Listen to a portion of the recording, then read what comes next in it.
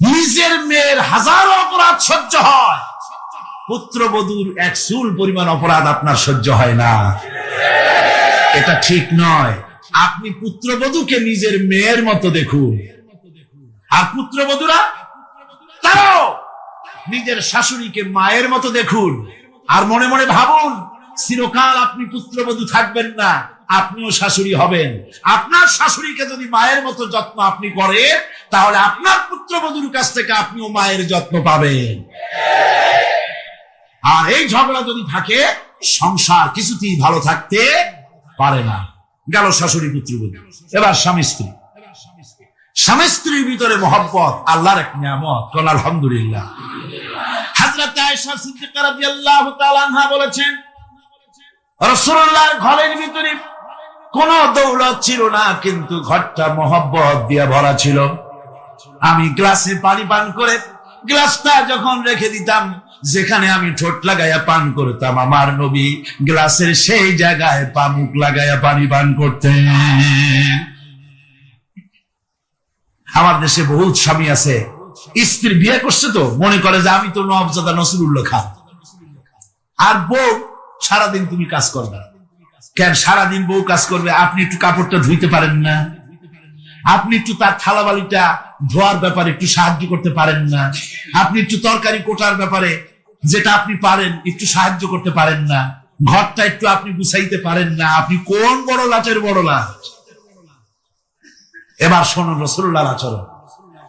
হযরত আয়েশা বলেছেন, আল্লাহর নবী দিনের কাজ করে যখন ঘরে ক্লান্ত শ্রান্ত হয়ে ফিরেছেন, এসে দেখেছেন আমার রান্না তখনও শেষ হয় নাই।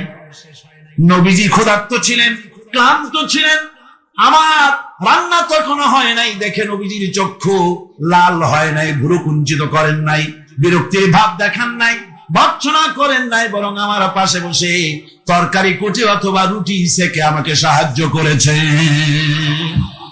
এই ছিল মানুষ। নারীদের প্রতি সহনশীল হও, নারীদেরকে সম্মান করো। চট্টগ্রামের তরুণ যুবকদের বলি, কলেজ বিশ্ববিদ্যালয় হাই স্কুল মেয়েদের যখন ছুটি হয়, নির্লজ্জের মতো কলেজের গেটে মহিলা স্কুলের সামনে দাঁড়ায় থাকো কেন? ঠিক কিনা কর? তোমাদের জ্বালায় মেয়েরা নিরাপদে হাঁটতে পারে না। তুমি মেয়ের লক্ষ্যে যখন দেখো পরের একটা মেয়ে, তুমি ভাবতে পারো না এটা আমার মা, এটা আমার বোন? এইরকম চোখে দেখো। নারীকে সম্মান করো। মহিলা স্কুল মহিলা কলেজের সামনে ভিড় করো না, তাদের সহজে যাতায়াত করতে দাও। এটাই ইসলাম বলে। বউকে সাহায্য করো, স্ত্রীকে সম্মান করো, মর্যাদা দাও, সমান অধিকার। তবে এক জায়গায় স্বামীর অধিকার একটু বেশি। সেটা কোথায়? তিরমিজি শরীফের হাদিসে এসেছে, একবার আল্লাহর নবী এক পাহাড়ি এলাকা থেকে যাচ্ছিলেন, জঙ্গলের এক উট এসে নবীজির পায়ের উপরে সেজদায় পড়ে গেল, পায়ের উপরে চুমো খেলো। সাহাবায়ে কেরাম বললেন, ইয়া রাসূলুল্লাহি, পাহাড়ের উট হুজুরের পায়ে সেজদা দিয়া ধন্য হয়ে গেল। হুজুর যদি অনুমতি দিতেন, আমরাও হুজুরের কদমে সেজদা দিয়া ধন্য হয়ে যেতাম। নবীজি বলেন, মানুষ মানুষকে সেজদা করা হারাম। আমি যদি মানুষ মানুষকে সেজদা করার জন্য যদি পারমিশন দিতাম, তাহলে দুনিয়ার সমস্ত স্ত্রীদেরকে বলতাম তারা যেন তার স্বামীর সেজদা দেয়। স্বামীর মর্যাদা এখানে বেশি।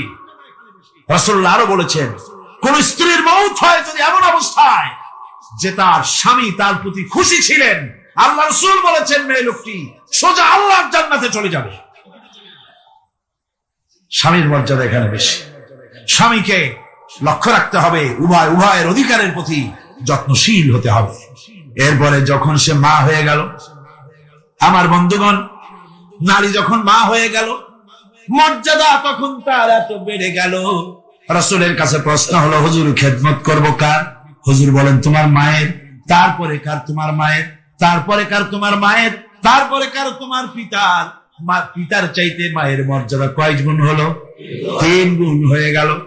রাসূলুল্লাহ 3 গুণ বাড়ায় দিলেন। সুতরাং আমি বলি আপনাদেরকে, মা আপনার বড় পীর, বাপ আপনার বড় পীর কোনোদিন ভুলে যাবেন না। কথাটা বারবার বলি আমি, যত জায়গায় মাহফিলে যাই, আমি ওলামারা সবাই বলেন, আমিও বলি, সব জায়গায় মানুষকে স্মরণ করায় দেই, আপনার কাছে আপনার মা বাপের চাইতে বড় পীর আর নাই। কারণ পীর সাহেবের দোয়া যতই আপনি ওলিয়ে কামেল বলেন, যতই হুজুর কেবলা বলেন, তার দোয়া কবুল আপনার জন্য হতেও পারে, নাও হতে পারে, 50-50। কথা ঠিক কিনা কন? কিন্তু রাসূলুল্লাহ গ্যারান্টি দিয়েছেন 3 জনের দোয়া অবশ্যই কবুল হয়ে যাবে। তার ভিতরে একজন হলো মাজলুম, যদি দোয়া করে কবুল হবে। একজন হলো মুসাফির, দোয়া কবুল হবে। আর একজন হলো মা বাপ, যদি দোয়া করে আল্লাহর দরবারে, আল্লাহ রাব্বুল আলামিন অবশ্যই দোয়া মঞ্জুর করে নেবেন। মা বাপের কাছে দোয়া চাও। ভাইরা মনে কিছু করবেন না, আপনি আপনার হুজুর কেবলারে দাওয়াত করিয়া বিরিয়ানি খাওয়াবেন, খুশি করতে পারবেন না, যেহেতু এর আগে উনি আর এক জায়গা দিয়া 4-5 পদের বিরিয়ানি খাইয়ে আসছে। আপনি হুজুরের 5,000 টাকা দিয়ে খুশি করতে পারবেন না, যেহেতু হুজুর আর এক বড় লোকের কাছ থেকে 50,000 টাকা হাদিয়া পাইছে। আপনি একটা শাল দিয়ে হুজুরকে খুশি করতে পারবেন না, যেহেতু অনেক দামি শাল হুজুরকে আর একজনে হাদিয়া দিয়েছে। ঠিক কিনা? কিন্তু আপনি যদি আপনার মাকে, এই বেদানার দিনে বাজারে বাজারে পথে ঘাটে বেদানা পাওয়া যায়, আঙ্গুর পাওয়া যায়, ভালো ভালো ফল পাওয়া যায়, এগুলো কিনে নিয়ে মায়ের কাছে বসে বেদানা খুঁড়ে, মা কথা বলতে পারে না, বুড়ি হয়ে গেছে, মায়ের কাছে বসে মায়ের মুখে যদি তুলে দেন, আল্লাহর আরো খুশি হয়ে যাবে, দোয়া মঞ্জুর হয়ে যাবে। হযরত বাইজিদ মুস্তামিদ ওই ঘটনা কে না জানে, রাতের আধারে পানির জন্য চাইলেন, ছেলে পানি পাইল না, ছোট্ট মানুষ, পানি আনতে কোথায় চলে গেল, এসে দেখে মা ঘুমানো, পানি নিয়ে দাঁড়ানো। রাত চলে গেছে, ফজরের পর দেখে ছেলে কাঁপে, হাতে পানি। বাবা তুমি কাঁপো কেন? গ্লাস নিয়ে বলল, মা গভীর রাত্রে পানি চেয়েছিলেন, দিতে পারি নাই, বহু দূর থেকে পানি এনে দেখি ঘুমায় গেছো। তা তুমি ঘুমাও নাই কেন? ঘুমাইলাম না মা, আবার যদি পানি চান, সময় মতো যদি দিতে না পারি আপনার কষ্ট হবে, সেই জন্য পানি নিয়ে আমি দাঁড়ায় আছি। বাইজিদের মা বাইজিদের হাতের থেকে পানি নিয়ে পান করে, কম্বলটা গায়ে দিয়া বাচ্চারে শোয়ায় দিয়া উযু করে ফজরের নামাজ পড়ে সেজদায় গিয়া মায়ের চোখের থেকে পানি পড়ছে। মা বলে, রব্বুল আলামিন, আমি বাইজিদের মা, আমি যতই গুনাহগার হই না কেন, মায়ের দোয়া বাচ্চার জন্য কবুল হয় বলে তোমার হাবিব বলেছেন। আমার ছোট্ট বাইজিদ আমার জন্য যা করেছি, আমার কলিজা ঠান্ডা হয়ে গেছে। রব্বুল আলামিন, তুমি আমার বাইজিদকে সুলতানুল আরিফিন বানাইয়া দাও। দোয়া মঞ্জুর। সুবহানাল্লাহ। ভাইরা খবরদার ভুল করবেন না, আপনার সবচাইতে বড় পীর আপনার মা বাপ। সবচাইতে বড় পীর কে? আমি এবার বোনেদের ব্যাপারে, আমার বোনেদের ব্যাপারে শেষ কথা বলবো। ইসলাম আপনাকে অধিকার দিয়েছে, লেখাপড়া করার, প্রশাসনিক দায়িত্বশীল হওয়ার অধিকার আছে, আর্মিতে যাওয়ার অধিকার আছে, সব অধিকার আছে পুরুষের। যত অধিকার ইসলামী রাষ্ট্রে আপনার তত অধিকার, কোনোটা খাটো নাই। তবে ক্ষেত্র ভিন্ন, পর্দার সাথে থাকতে হবে। রাসূলুল্লাহ আল্লাহ পাক বলেছেন, এমন একটা চাদর পরো, যেই চাদরটা পরলে মাথাটা, গলাটা, বুকটা ঢেকে যায়, এমন চাদর পরো। ব্যাংকে চাকরি করা যাবে, অফিসে চাকরি করা যাবে, কলেজে বিশ্ববিদ্যালয়ে চাকরি করা যাবে, ব্যবসা করা যাবে, সব করা যাবে, তবে পর্দার ভিতরে থেকে। বেপর্দা হলে পরে জাহান্নামে যাওয়া লাগবে। জোরে কর নাউজুবিল্লাহ। পর্দার সাথে আপনাদের থাকতে হবে। আমার মা বোনেরা, চাদর পরেন, বোরখা পরেন, বোরখার চাদর ছেড়ে দিয়েন না। দেখবেন একটা জিনিস লক্ষ্য করেন, বোরখা নাই, মাথার চুল টুল ছেড়ে দিয়ে, লিপস্টিক লাগাইয়া, মেকআপ পরে, তারপরে যদি কোনো দোকানে যান মার্কেটিং করতে, সেলসম্যান দেখেই কবে, আপা আসেন আসেন, বাবি সাহেব আসেন। আর যদি একটা বোরখা পরে যান, বলবে খালাম্মা বসেন। একটা অজানা একটা পুরুষ আপনার আপা কইলো, ভাবি কইলো, এতে মজা না? আপনাকে খালাম্মা বলে সম্মান করলো, সম্মান করতে হয়। সুতরাং বোরখা পরেন, চাদর পরেন।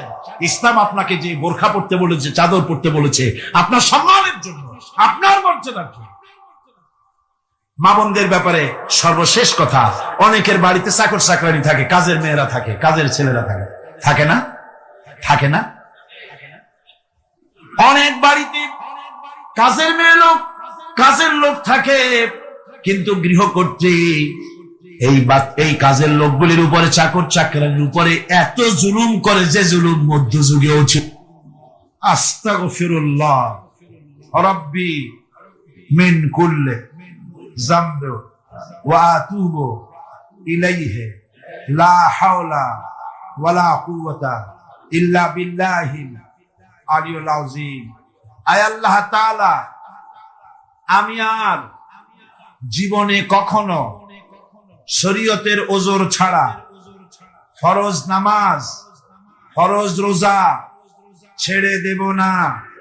সবাই বলেন ইয়া আল্লাহ। এই মুহূর্ত থেকে মদ, জুয়া, মিথ্যা, সুদ, ঘুষ, জেনা, অশ্লীলতা, পাপাচার, মিথ্যা, অহংকার, সব রকমের কাবায়ের থেকে তোমার কাছে তওবা করতেছি। তওবা ইয়া রব্বি, তওবা ইয়া রব্বি, তওবা ইয়া আল্লাহ, তওবা ইয়া আল্লাহ, তওবা ইয়া আল্লাহ। লা ইলাহা ইল্লাল্লাহু মুহাম্মাদুর রাসূলুল্লাহ। আশহাদু আল লা ইলাহা ইল্লাল্লাহু ওয়াহদাহু লা শারীকা লাহু ওয়া আশহাদু আন্না মুহাম্মাদান আবদুহু ওয়া রাসূলুহু। আল্লাহুম্মা আমিন। রব্বানা যালামনা আনফুসানা ওয়া ইন লাম তাগফির লানা ওয়া তারহামনা লানাকুনান্না মিনাল খাসিরিন। রব্বানা যালামনা আনফুসানা ওয়া ইন লাম তাগফির লানা ওয়া তারহামনা লানাকুনান্না মিনাল খাসিরিন। রব্বানা লা তুযিগ কুলুবানা বা'দা ইয হাদাইতানা ওয়া হাব লানা মিন লাদুনকা রাহমাতান ইন্নাকা আনতাল ওয়াহ্হাব। রব্বুল আলামিন 5 দিন ব্যাপী কোরআন শরীফের তাফসীরের মাহফিলের আজকের এই শেষ দিনে গভীর রজনীতে কোরআনে কারীম সামনে নিয়া লক্ষ লক্ষ পুরুষ আর নারী একত্রিত হয়ে গুনার বোঝা মাথায় নিয়ে তোমার দরবারে হাত উঠাইছি। রব্বুল আলামিন, এই 5 দিনে আলোচনা করতে গিয়ে আমি মানুষ, বলার মধ্যে যদি কোনো ভুল করে থাকি আমি বিনীতভাবে তোমার কাছে মাপ চাই। আয় আল্লাহ, তোমার বান্দাদের দিল থেকে, স্মৃতি থেকে সে ভুল কথাগুলি মিটাইয়া দাও। আর হক কথা যা বলেছি আল্লাহ, তেলাওয়াত হয়েছে, দরুদ ও সালাম হয়েছে, আলোচনা হয়েছে, জিকির আজগার হয়েছে, সওয়াবটুকুন জনাবে মুহাম্মদুর রাসূলুল্লাহ সাল্লাল্লাহু আলাইহি ওয়াসাল্লামের রূহ মুবারকে পৌঁছায়া দাও। রব্বুল আলামিন, আদম আলাইহিস সালাম থেকে নিয়ে আজ পর্যন্ত পৃথিবীর মাটির নিচে যত মুমিন মুমিনাত শুয়ে আছে আল্লাহ সকলকে তুমি মাফ করে দাও। রব্বুল আলামিন, এই মুহূর্তে মনে পড়ে গেল আমাদের বাপজানের কথা, আম্মাজানের কথা মনে পড়ে গেল। রব্বুল আলামিন, আমরা আমাদের জনম দুঃখিনী মা যাদের হারায়া গেছে আল্লাহ, একটা অক্ষর মা আর সারা দুনিয়ার মধু এই একটা অক্ষরের ভিতরে, ওই মা যার বিদায় হয়ে গেছে আল্লাহ, পবিত্র বেহেশতের বাগান বানাইয়া দাও। মায়ের বুকে চড়ে মায়ের দুধ গুলো চুচে চুচে খেয়ে মাকে কষ্ট দিয়েছি। পৌষ মাসে, মাঘ মাসে প্রস্রাব করে দিয়েছি। ভিজা জায়গায় মা নিজে শুয়ে কলিজার টুকরা সন্তানটাকে বুকের উপরে নিয়ে সারাটা রাত কাটাইয়া দিয়েছে। নিজে না খায়া ছেলের মুখে খাবার দিয়েছে। কান্না শুনলে পরে হাজারো কাজ ফালাইয়া রাখা বাচ্চাকে কোলে নিয়ে শত চুমা দিয়া কান্না মুখে হাসি ফুটাইলো যে মা। আল্লাহ, ওই মা যার বিদায় হয়ে গেছে, আল্লাহ কবরটারে বেহেশত বানাইয়া দাও। এবার সকলে আকাশের দিকে দুটি হাত উঁচু করে দেন, আল্লাহর ডাকেন, আল্লাহর ডাকেন, কান্দেন বাইরা, কান্দেন। আর কাঁদবেন কবে? আজই তো কান্দার দিন। দুটি হাত আকাশের দিকে তুলে বলেন, ইয়া আল্লাহ, আমাদের স্ত্রীদেরকে হেদায়েত করে দাও, তাদের পর্দানশীনা বানাও, তাদেরকে মুত্তাকি বানাও। আল্লাহ তাদের উপরে রহমত করো, তাদের রোগ ব্যাধি ভালো করো। আল্লাহ আমাদের ছেলে মেয়ে যা দান করেছো সবগুলিকে দিনদার বানাও, নামাজি বানাও। আমাদের ছেলে মেয়েগুলিকে নামাজি বানাও, নামাজি বানাও। আমাদের ছেলে মেয়ের নামাজ দেখা, তাদের দিনদারি দেখা আমাদের চক্ষু যেন ঠান্ডা হয়। আল্লাহ, এইরকম ছেলে তোমার কাছে চাই। আল্লাহ, আল্লাহ আজকের দোয়া ফিরাইয়া দিও না বাবু। আমরা এই বিশ্বাস নিয়ে হাত নামাচ্ছি, যা বলছি সব তুমি কবুল করেছো। রব্বানা তাকাব্বাল মিন্না ইন্নাকা আনতাস সামিউল আলিম ওয়া তুব আলাইনা ইন্নাকা আনতাত তাওয়াবুর রহিম। সুবহানা রাব্বিকা রাব্বিল ইজ্জাতি আম্মা ইয়াসিফুন ওয়া সালামুন আলাল মুরসালিন আলহামদুলিল্লাহি রাব্বিল আলামিন। ওয়াজআল আখিরা কালিমাতিনা ইনদাল মাউত লা ইলাহা ইল্লাল্লাহু মুহাম্মাদুর রাসূলুল্লাহ। রহমান, তিনি কোরআন শিখিয়েছেন, দয়ার সাগর, যার দয়ার কোনো শেষ নাই। সমস্ত দয়ার ভিতরে শ্রেষ্ঠ দয়া হচ্ছে তিনি মানুষকে কোরআন শিখিয়েছেন। সুবহানাল্লাহ ওয়া বিহামদিহি। তিনি আমাদেরকে কোরআন দান করেছেন। কোরআন হচ্ছে জ্ঞানের উৎস। আল্লাহ যে জিনিসটা শিখালেন, এই জিনিসটাই, জ্ঞানটা কার? বোঝেন না কথা? এই জ্ঞানটা কার? আল্লাহ পাক। আমাদেরকে আল্লাহ পাক জ্ঞান দান করেছেন। জ্ঞান হচ্ছে দুই প্রকার, একটা হচ্ছে ওহীভিত্তিক জ্ঞান, আর একটা হচ্ছে গায়রে ওহীভিত্তিক জ্ঞান। ওহীর জ্ঞানটা আসে কার কাছ থেকে? চিল্লা এখন, কার কাছ থেকে? আল্লাহর কাছ থেকে আসে ওহীর জ্ঞান। আর মানুষের কাছে যে জ্ঞানটা আছে, এটা হলো তার মন মস্তিষ্ক প্রসূত জ্ঞান। আমাদের কাছে যত জ্ঞান আছে, এই জ্ঞানটাকে আল্লাহ পাক বলেছেন, ওয়ামা উতীতুম মিনাল ইলমি ইল্লা কালিলা। তোমাদেরকে খুব সামান্যতম জ্ঞান দেওয়া হয়েছে, খুবই সামান্যতম জ্ঞান তোমাদেরকে দেওয়া হয়েছে। আচ্ছা, আপনারা বলুন, একটা ছোট্ট পাখি আটলান্টিক মহাসাগরের ভেতরে তার ঠোঁটটাকে ডুবিয়ে তারপরে সে যদি ঠোঁটটা তোলে, তাহলে আটলান্টিকের পানি কমবে কতখানি? হ্যাঁ, অনেক কমে যাবে নাকি? আটলান্টিক টের পাবে যে কারো একটা ঠোঁট ঢুকছিল এর মধ্যে? টেরও পাবে না। আটলান্টিক মহাসাগরের ভিতরে পাখি তার চঞ্চুটা ঢুকিয়ে দিয়ে যতটুকু পানি উঠাতে সক্ষম হয় না। ওহীর জ্ঞান বাদ দিয়ে গোটা পৃথিবীতে মানুষের যত জ্ঞান আছে, মানব সৃষ্টির প্রথম দিন থেকে নিয়ে আজ পর্যন্ত, এখান থেকে নিয়ে কিয়ামত পর্যন্ত যত জ্ঞান এসছে এবং যত জ্ঞান হবে মানুষের, সমস্ত জ্ঞান এক জায়গায় করলে আল্লাহ সুবহানাহু ওয়া তাআলার অনন্ত অসীম জ্ঞানের মহাসমুদ্রের ভেতর থেকে পাখি যেমন আটলান্টিক থেকে যতটুকু পানি উঠাতে পেরেছে, বিশ্বের মানুষ আল্লাহর জ্ঞান থেকে অতটুকুও তুলতে পারে না।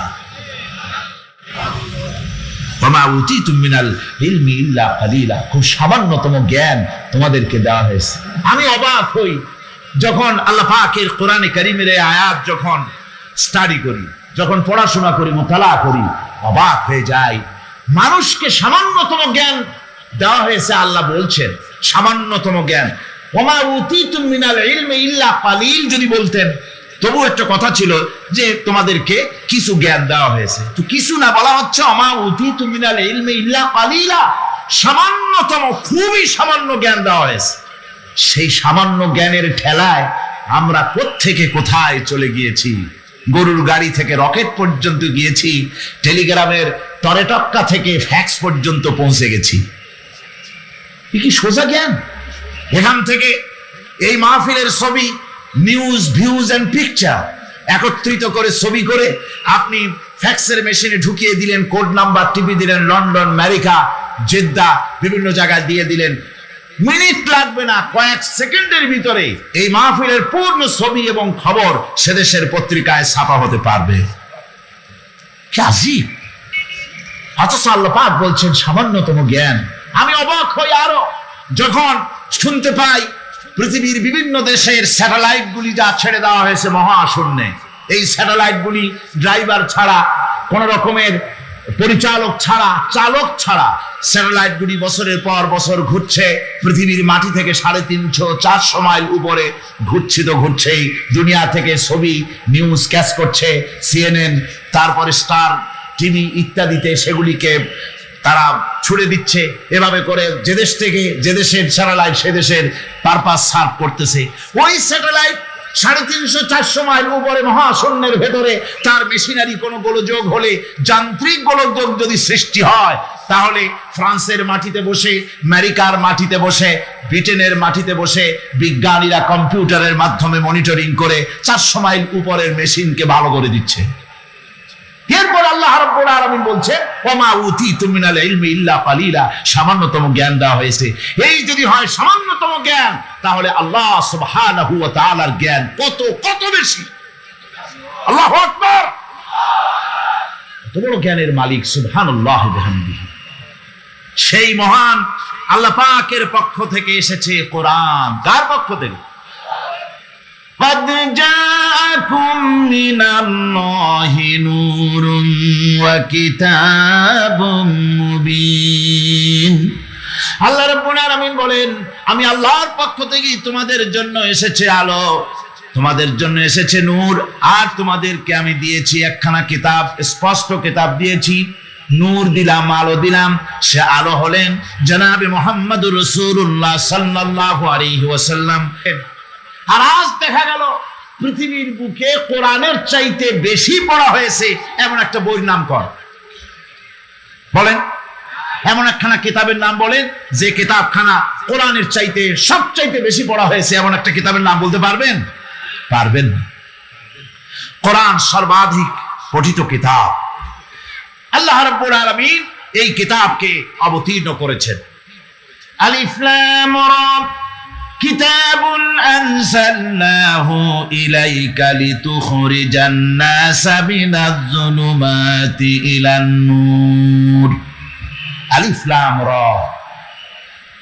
গোটা পৃথিবীর মানুষের মুখে আল্লাহ রাব্বুল আলামিন তালা লাগিয়ে দিয়েছেন, চ্যালেঞ্জ করেছেন, দুনিয়ার সব বোঝো। কত ভাষাবিদ পৃথিবীতে আছে, আরবি ভাষায় যারা PhD করেছে, ডিগ্রি করেছে, বড় বড় নাম যারা ভাষাবিদ, তারা বলো, তারা যদি সম্ভব হয় তাহলে তারা বলুক আলিফ লাম রা এর অর্থ কি। আলিফ লাম মিম হা মিম আইন সিন কফ ইয়াসিন তাহা, পারবে কেউ এর অর্থ করতে? ওয়াল্লাহু আ'লামু বিমুরাদ। এর অর্থ কেবলমাত্র আল্লাহ এবং তার বান্দা, যার প্রতি এই কিতাব অবতীর্ণ করা হয়েছে, তিনি বুঝতে পারেন। আল্লাহ পাক বলছেন কিতাবুন আনজালনাহু ইলাইকা, আমি আপনার প্রতি একখানা কিতাব অবতীর্ণ করেছি, লিতুখরিজান নাসা মিনাজ-যুলুমাতি ইলান-নূর। একখানা কিতাব দিয়েছি, সুবহানাল্লাহি ওয়া বিহামদিহি।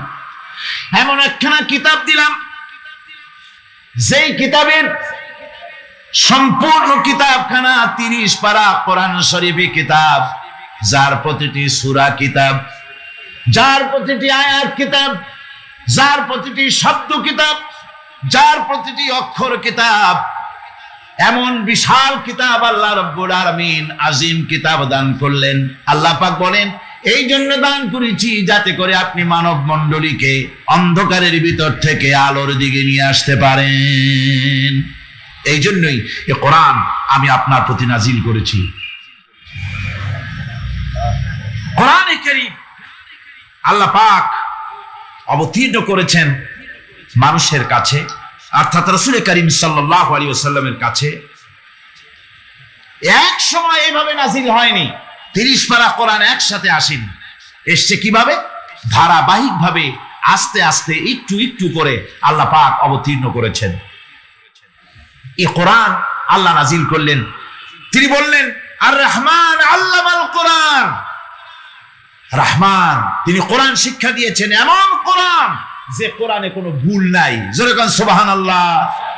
দেখেন, যত রকমের বই মানুষে লেখে, বাংলা, ইংরেজি, উর্দু, ফার্সি, যত রকমের ভাষায় হোক, যত বই লেখা হয়, বইয়ের ভূমিকায় গ্রন্থকার তিনি লেখেন এই বই লিখতে গিয়ে ভুল ভ্রান্তি হয়ে যেতে পারে। যদি কারো চোখে ধরা পড়ে জানিয়ে দিলে পরবর্তী সংস্করণে তা পরিশুদ্ধ করতে বাধ্য থাকিব, এরকম কথা বলে না? না, এরকম বলে যে আমি একখান বই লিখছি, এ বইয়ের মতো নির্ভুল বই আর কেউ লিখতে পারে নাই। এমন বাপের বেটার পৃথিবীতে জন্মাইছে কেউ? কেউ জন্মিয়েছে? কেউ জন্ম। এবং বইয়ের সূচনায় কোন গ্রন্থকার নিজের প্রশংসা দিয়ে বই শুরু করে না, বই শুরু করে নিজের দুর্বলতা দিয়ে। বই লিখতে গিয়ে ভুল হতে পারে, সাফার ভুল হতে পারে, আমার ভুল হতে পারে, এটা সবাই লেখে।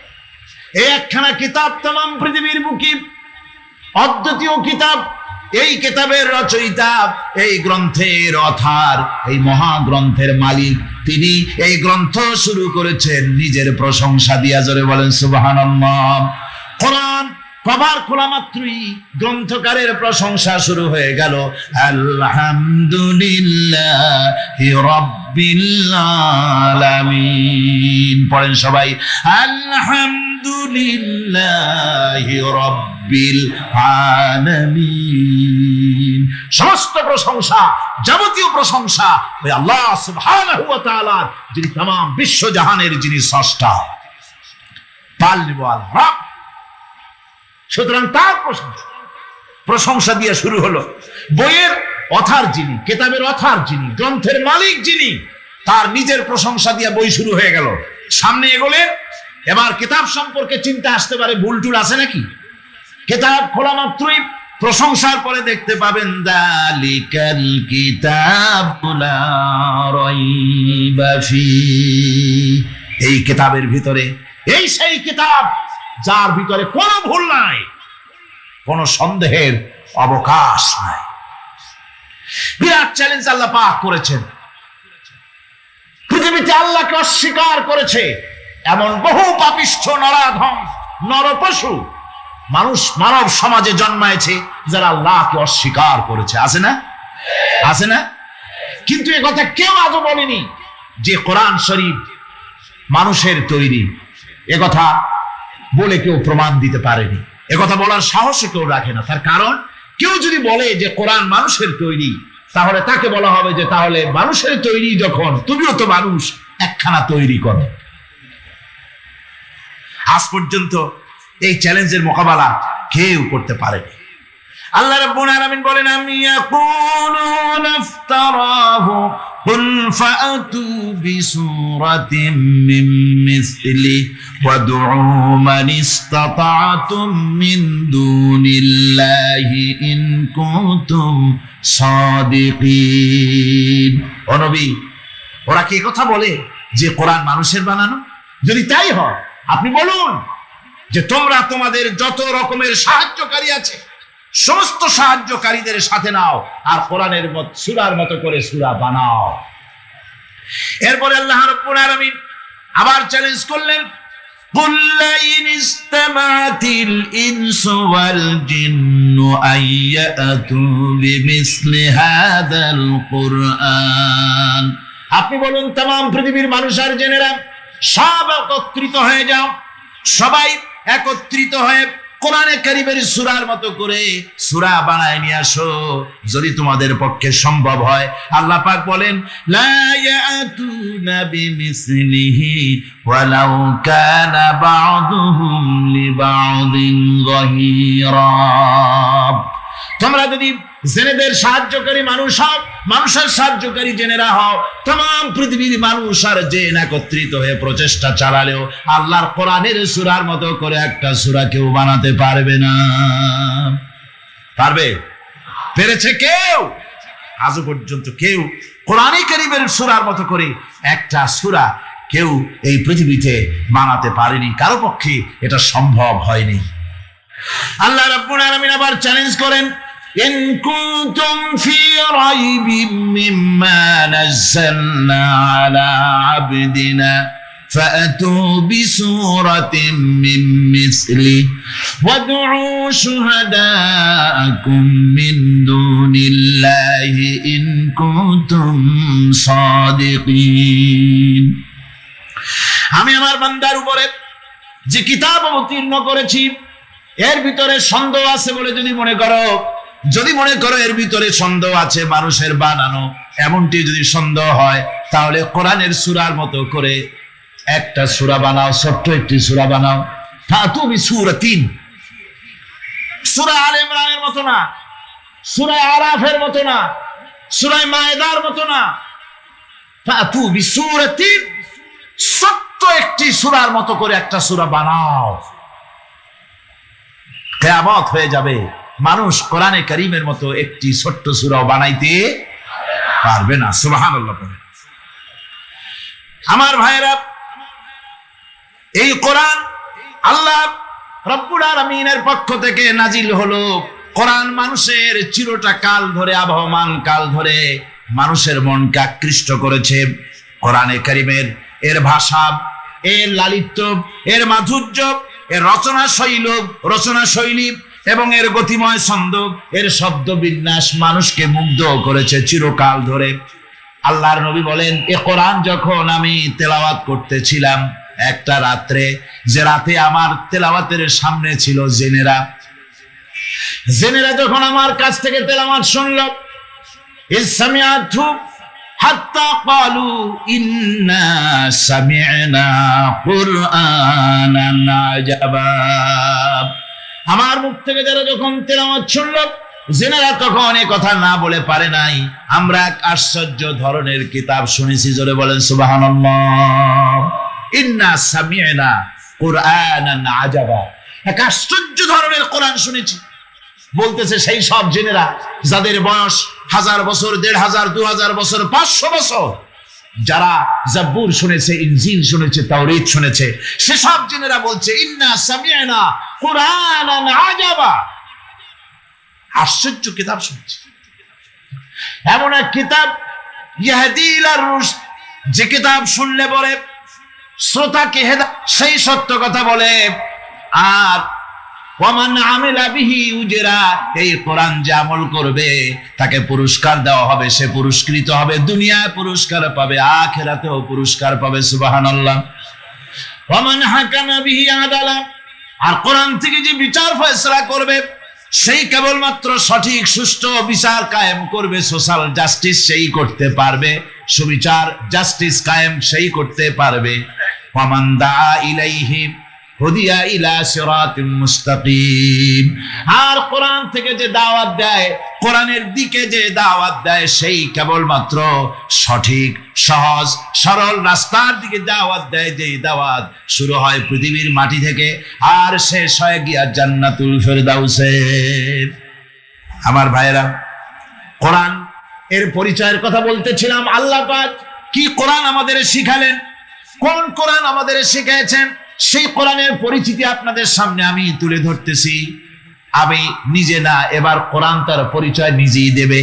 কেউ যদি কোরআনের কাছে জিজ্ঞাসা করে, কোরআন তুমি কোথা থেকে নাজিল হয়েছ, কে তোমাকে নাজিল করেছে, এই প্রশ্ন যদি কেউ কোরআনের কাছে করে, কোরআন নিজেই তার জবাব দিতে পারে কিনা?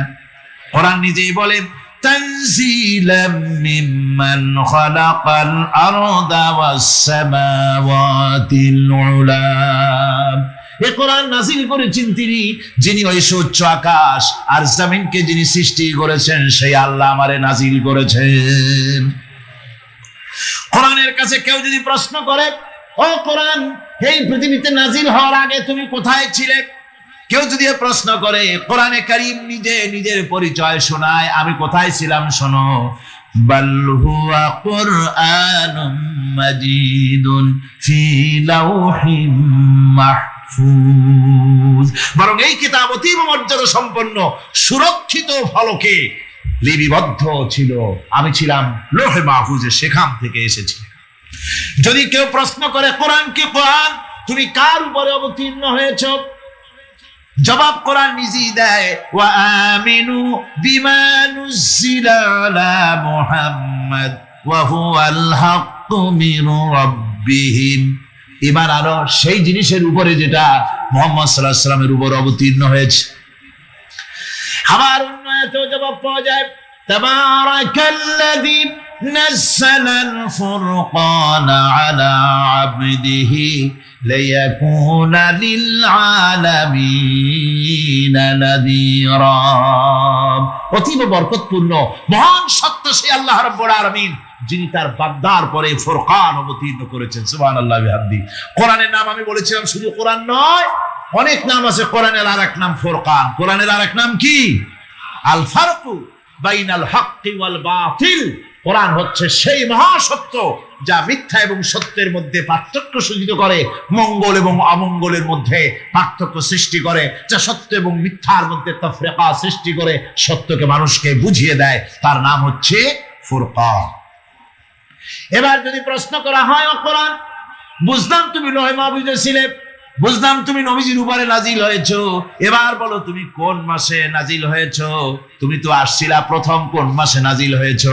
এ প্রশ্ন যদি কেউ করে, কোরআন তারা জবাবে বলবে, শাহরু রমাদানাল্লাযী উনজিলা ফীহিল কুরআন। রমজানের পবিত্র মাসে আমি অবতীর্ণ হয়েছি। সুবহানাল্লাহ। যদি প্রশ্ন করা হয়, রমজানে তো আসছো, কিন্তু প্রথম নাজিল হয়েছিল কোন সময়? ওটা কি দিন ছিল না রাত ছিল? কোরআন তার জবাবে বলে, ইন্না আনজালনাহু ফি লাইলাতিল কদর। কদরের পবিত্র রাতে আমি এই পৃথিবীতে আমার আগমন ঘটেছিল। যদি প্রশ্ন করা হয়, বুঝলাম সবই, কেন নাজিল হয়েছে তুমি? এই পৃথিবীতে তোমার আসার উদ্দেশ্য কি? মূল কাজটা কি? এই প্রশ্ন যদি করা হয়, কোরআনে কারীম তার জবাবে বলে, শোনো কেন এসেছি। লিতুখরিজান নাসা মিনাজ-জুলুমাতি ইলান-নূর। আমার মিশন হচ্ছে গোটা বিশ্ব মানবতাকে পুঞ্জীভূত জমাট বাঁধা অন্ধকারের ভেতর থেকে টেনে বের করে আলোর সন্ধান দিতে, আলোর দিকে আনার জন্য আমি কোরআন নাজিল হয়েছি। গোটা পৃথিবীর মানুষ আছে অন্ধকারের ভিতরে। কিসের মধ্যে? অন্ধকার কি? অন্ধকার হচ্ছে পুঁজিবাদ, অন্ধকার সমাজতন্ত্র, অন্ধকার ধর্ম নিরপেক্ষতাবাদ, অন্ধকার জাতীয়তাবাদ। মানুষের তৈরি করা যত মতবাদ সব কি? জোরে কোন, সবগুলি কি? অন্ধকার। এই অন্ধকারের ভেতর থেকে মানুষগুলিকে টেনে আনবে কোরআন কিসের দিকে? আলোর দিকে। এবার যদি প্রশ্ন করা হয়, বুঝলাম তুমি অন্ধকার থেকে আলোর দিকে নিয়ে আসবে, আলোর দিকে আসতে পরে ফায়দাটা কি হবে? মূল ফায়দাটা বুঝায় দাও, আসল ফায়দা কি হবে তোমারে যদি মানি? কোরআন তার জবাব দেয়, নিজের পরিচয় নিজে তুলে ধরে, ফামান তাবিআ হুদায়া ফালা খাউফুন আলাইহিম ওয়ালা হুম ইয়াহজানুন। এই কোরআনকে যদি মেনে চলো, এই কোরআনের আইন যদি মানো, সমাজে মানো, ব্যক্তিতে মানো, পরিবারে মানে, রাষ্ট্রে মানো, জীবনের সব ক্ষেত্রে সমস্ত জায়গায় যদি এই কোরআনকে মেনে চলো, ফালা খাউফুন আলাইহিম, তাহলে তোমাদের কোনো ভয় থাকবে না, ওয়ালা হুম ইয়াহজানুন, কোনো চিন্তাও থাকবে না। কিসের ভয় থাকবে না? কোরআনের আইন মেনে যদি চলো সমাজে ও রাষ্ট্রে, চুরির ভয়, ডাকাতির ভয়, জিনার ভয়, হত্যার ভয়, সন্ত্রাসের ভয়, কোনো ভয় থাকবে না। ওয়ালা হুম ইয়াহজানুন, চিন্তাও থাকবে না। খাওয়া পড়া, শিক্ষা, চিকিৎসা, বাসস্থান, এগুলির কোনো চিন্তা থাকবে না। কোরআনের সমাজে সব কিছুর গ্যারান্টি দেওয়া হবে, সবগুলি পেয়ে যাবে। এখন যদি আবার প্রশ্ন করা হয়, কোরআন বুঝলাম তোমারে মানলে পরে সব ফায়দা হবে, তাহলে এবার জবাব দাও, তোমার ভিতরে কি রাজনীতি আছে নাকি? আমি তো মানুষ, আমার রাজনীতি করা লাগে। Man is social animal. আমরা তো জঙ্গলের পশু নই, আমরা তো মানুষ। আমাদের সমাজ আছে, আমাদের পৌর নির্বাচন আছে, আমাদের জাতীয় নির্বাচন আছে, আমাদের কলকারখানা আছে, জমিন আছে, আমাদের রাজনীতি, অর্থনীতি, সমাজনীতি আছে, পারিবারিক নীতি আছে, অনেক নিয়ম মালা আছে, নিয়ম নীতি আছে। তোমারে মানলে তোমার ভিতরে কি ওগুলো আছে নাকি? সে কথা বলো। কোরআন তার জবাবে বলে, ونزلنا عليك الكتاب تبيانا لكل شيء وهدى ورحمة وبشرى للمسلمين কোরআন জবাবে বলে, শুনে রাখো, শুধু অর্থনীতি সমাজনীতি নয়, শুধু রাজনীতি আর শিক্ষানীতি যুদ্ধনীতি নয়, তোমার জীবনে যা কিছু দরকার, ইহকালে যা কিছু দরকার, পরকালে সব কথাগুলি আল্লাহ রব্বুল আলামিন আমি কোরআনের সিনার ভিতরে খুলে খুলে বর্ণনা করে দিয়েছেন। সব কথা এই কোরআনে কারীমের ভিতরে রয়েছে। তোমার এমন কোনো জিনিস নাই যা তুমি কোরআনে কারীমের মধ্যে পাবে না। তোমার সমস্ত প্রয়োজন আমার বুকের মধ্যে আল্লাহ দিয়ে দিয়েছেন। বিজ্ঞান আছে, দর্শন আছে, ইতিহাস আছে, সব আছে এর মধ্যে। তবে কোরআনের মধ্যে বিজ্ঞান আছে বলে আমি এটাকে বিজ্ঞানের কিতাব বলবো না, দর্শন আছে বলে দর্শনের কিতাব আমি বলবো না, রাজনীতি আছে বলে কোরআনকে আমি রাজনীতির কোনো কিতাব বলবো না। কোরআন তাহলে কি? কোরআন হচ্ছে অর্থনীতি, সমাজনীতি, রাজনীতি, পারিবারিক নীতি, মানুষের জীবনের যা কিছু প্রয়োজন, সমস্ত নীতিমালার নীতি গ্রন্থের নাম হতেছে কোরআনে কারীম। সমস্ত নীতিমালার নীতি গ্রন্থ কোরআন। এখানে রয়েছে সব কিছুর উৎস, যেটা গ্রহণ করলে পরে মানুষ আরামে থাকতে পারবে। অমুসলিম নাগরিক বৃন্দ তাদের নাগরিক মর্যাদা পাবে। মুসলমান, কৃষক, নারী, চিকিৎসা, কৃষিবিদ, সাধারণ মানুষ, রং, বর্ণ, ভাষা নির্বিশেষে গোটা মানব সভ্যতা আরামে বাস করতে পারবে। পশু পাখিও আরামে থাকবে, গাছপালাও আরামে থাকবে, যেহেতু নির্দেশ হয়েছে বিনা প্রয়োজনে গাছের পাতাটিও ছিঁড়ো না। ইসলামের সমাজ যদি চালু হয়, গাছেরাও আরাম পাবে, পাহাড়ও আরাম পাবে। চট্টগ্রামের লোকেরা যেভাবে পাহাড় কাটা আরম্ভ করেছে, এটা বড় দুঃখজনক। জুমলায় মুতারেজা একটা বলে দিলাম, অপ্রাসঙ্গিক হলেও জরুরি কথা। আপনারা পাহাড় কাটতেছেন না, আপনাদের নিজেদের পায়ে নিজেরা কুড়াল মারতেছেন। খবরদার পাহাড় কাটবেন না। আল্লাহর প্রকৃতির ভারসাম্য আপনারা নষ্ট করছেন বলে ওজোন স্তরে ফাটল ধরেছে। তা রিপেয়ার করার জন্য আজকে বিশ্বের সব বিজ্ঞানীরা হতাশ হয়ে গিয়েছে, পাগল হয়ে গেছে। কেমনে এই ওজোন স্তরের ফাটলকে রিপেয়ার করব? ওজোন স্তরটা কি? ওজোন স্তর হচ্ছে, সুবহানাল্লাহ, আল্লাহর যে কত দয়া। ওই যে সেই আপনার প্রাইমারি স্কুলে ভিজিট করতে গিয়েছিলেন ইন্সপেক্টর, তারপরে প্রাইমারি হাই স্কুল ভিজিট করতে গেছে, যায়া জিজ্ঞেস করছে, ছেলেরা কি পড়ছো? বলে ইতিহাস। ঠিক আছে, ইতিহাস থেকেই প্রশ্ন করব, বলতো চীনের প্রাচীর কে ভেঙেছে? ছেলেরা জবাব দিচ্ছে, তুমি বলো, তুমি বলো। কেউ বলছে বেঞ্চের কোনা যে ছেলেটি, সে বলছে সর্বনাশ। কেউ যখন স্বীকার করে না, এটা তো আমার মাথায় আসবে। সব শেষে ইন্সপেক্টর তাকে বলছে, তুমি বলো তো কে ভেঙেছে চীনের প্রাচীর? কয়, স্যার, গ্রামে আমার দুষ্টমির যথেষ্ট বদনাম আছে, কিন্তু চীনের প্রাচীর ভাঙার মতো দুষ্কর্ম আমি করি নাই। ইন্সপেক্টর খুব রেগে গেলেন, মাস্টারের দিকে তাকালেন, এই বুঝি আপনার ইতিহাস পড়ানো? মাস্টার ইন্সপেক্টরের বিরক্তি ভরা মুখ দেখে বলছেন, স্যার রাগ করবেন না, এসব ছাত্র তো আমার, ওদের অবস্থা তো আমি জানি। আপনি আসছেন ঢাকা থেকে, আপনি জানবেন কি? আমি হলপ করে বলতে পারি আমার ক্লাসের কোন ছাত্র চীনের প্রাচীর ভাঙে নাই। ইন্সপেক্টর রাগ হইয়া চলে গেছে হেডমাস্টারের রুমে, যায় বলছে যে আমি আপনার স্কুলের গ্রান্টকে আমি নাকচ করে দেব, মঞ্জুরি আমি ক্যান্সেল করে দেব। কেন? এই অবস্থা। হেডমাস্টার বলছে, স্যার রাগ করবেন না, আপনার জন্য কিছু টাকা পয়সাও রাখছি হাদিয়া, বড় একটা চর্বিযুক্ত খাসিও জবাও করা হয়েছে, পুকুর থেকে রুই মাছ তোলা হয়েছে। তারপরেও আমার ছাত্ররা, টিচাররা বলার পরেও যদি আপনার সন্দেহ হয়ে থাকে যে আমার ছাত্ররাই ভাঙছে, তো ওই আপনি অসন্তুষ্ট হবেন না, রাগ করবেন না। স্যার, ওই প্রাচীর ভাঙতে যা খরচ লাগে আমি কিছু খরচ দেবো, তো আপনি রাগ করেন না। এখন চিন্তা করেন, স্কুলের ছাত্র থেকে শুরু করে হেডমাস্টার পর্যন্ত জ্ঞানের বহর। তো বলতেছিলাম, আপনি আমি ওজন স্তরে ফাটল ধরিয়েছি, তার অর্থ এই নয় যে আপনারা গিয়ে ওখানে কুড়াল মারিয়ে ওটারে ভাঙছেন। তাহলে ওটা কি হয়েছে? কোরআনে কারীমে রব্বুল আলামিন বলেন, ওয়ামা আসাবাকুম মিন মুসিবাতিন ফাবিমা কাসাবাত আইদিকুম ওয়া ইয়াফু আন কাসীর। যত বিপদ তোমাদের উপর আরোপিত হয়, সমস্ত বিপদ তোমাদের দুই হাতের কামাই করা। কে বলছেন? আল্লাহ পাক। ওজোন স্তরে ফাটল ধরেছে, এটা বিপদ। বিশ্বের সমস্ত মানব সভ্যতা সৃষ্টি জগতের জন্য বিপদ।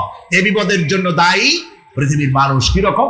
সেটা হচ্ছে গাড়ির পেছন থেকে যে কালো ধোঁয়া বের হয়, কল কারখানার চিমনি থেকে যে কালো ধোঁয়া বের হয়, এই কালো ধোঁয়াগুলি, তারপরে সমস্ত কেমিক্যাল উইপেন সেগুলি যে টেস্ট করা হয়, তার রিয়াকশন ইত্যাদি, এই কালো ধোঁয়া এবং সমস্ত মারণাস্ত্রগুলি এক্সপেরিমেন্ট করার সমস্ত এই রিয়াকশনগুলি সবগুলি গিয়ে ওই ওজোন স্তরে ফাটল ধরিয়ে দিয়েছে। আস্তে করে পাতলা হয়ে এটা ফেটে গিয়েছে, অতি বেগুনি রশ্মি আসা শুরু করেছে।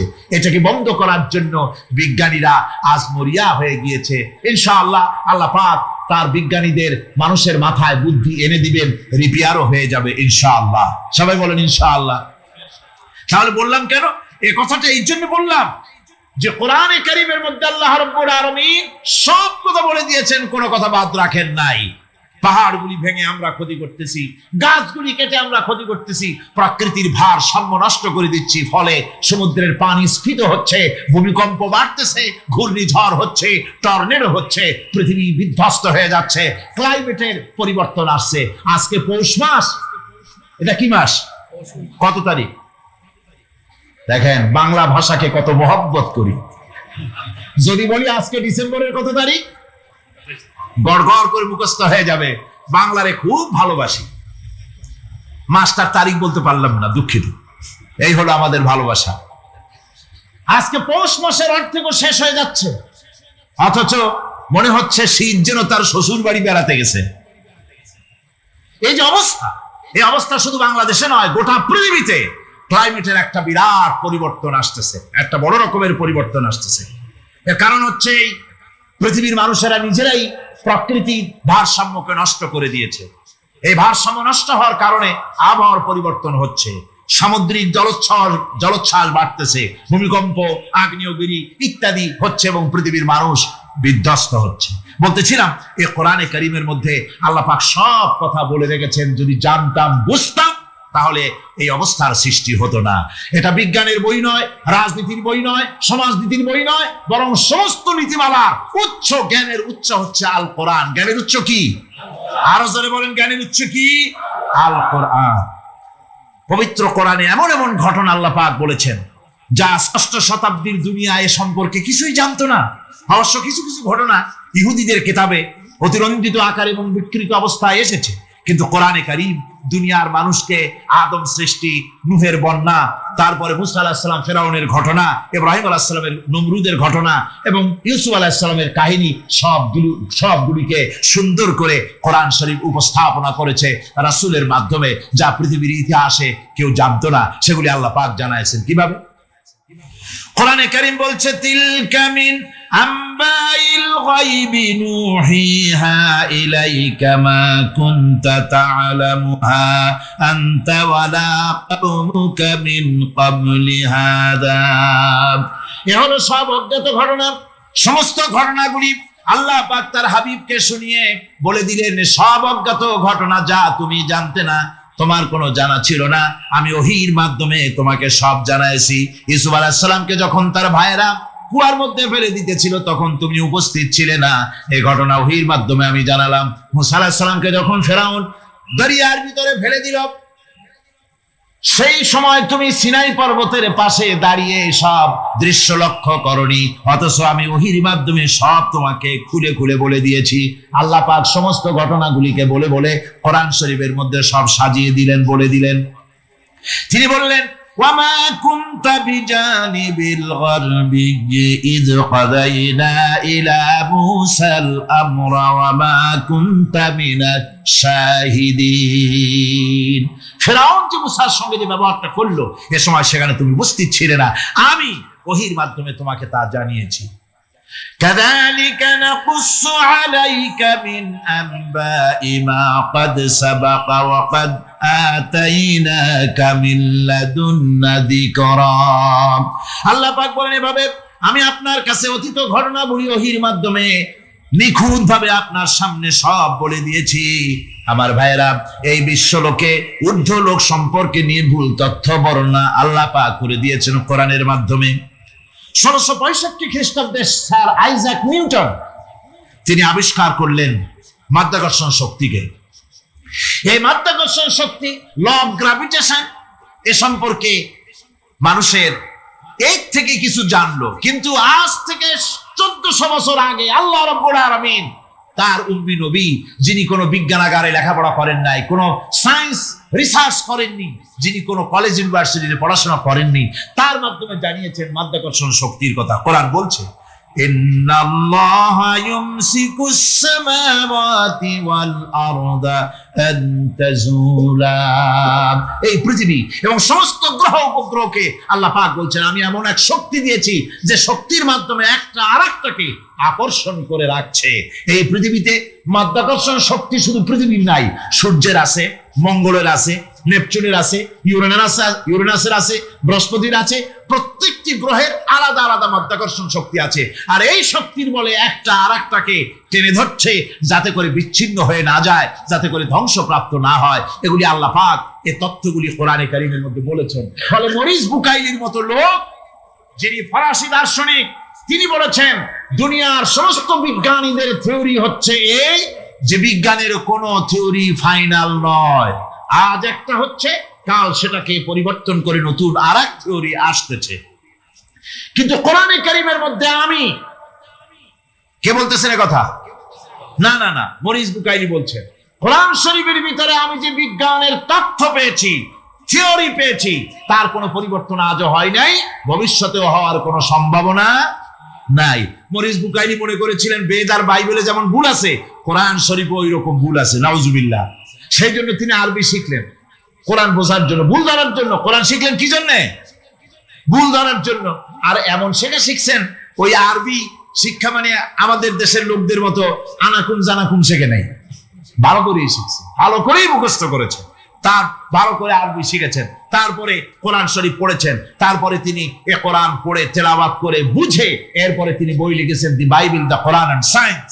এই বইয়ের মধ্যে তিনি পরিষ্কার লিখেছেন কোরআন পড়লাম, এর ভিতরে একটা নকতা দেওয়ার, একটা কলমের ফোঁটা দেওয়ার জায়গা কারো নাই। কোরআন নিঃসন্দেহে মহান স্রষ্টা আল্লাহ রাব্বুল আলামিনের মানুষের বানানো কিতাব এটা হতে পারে না।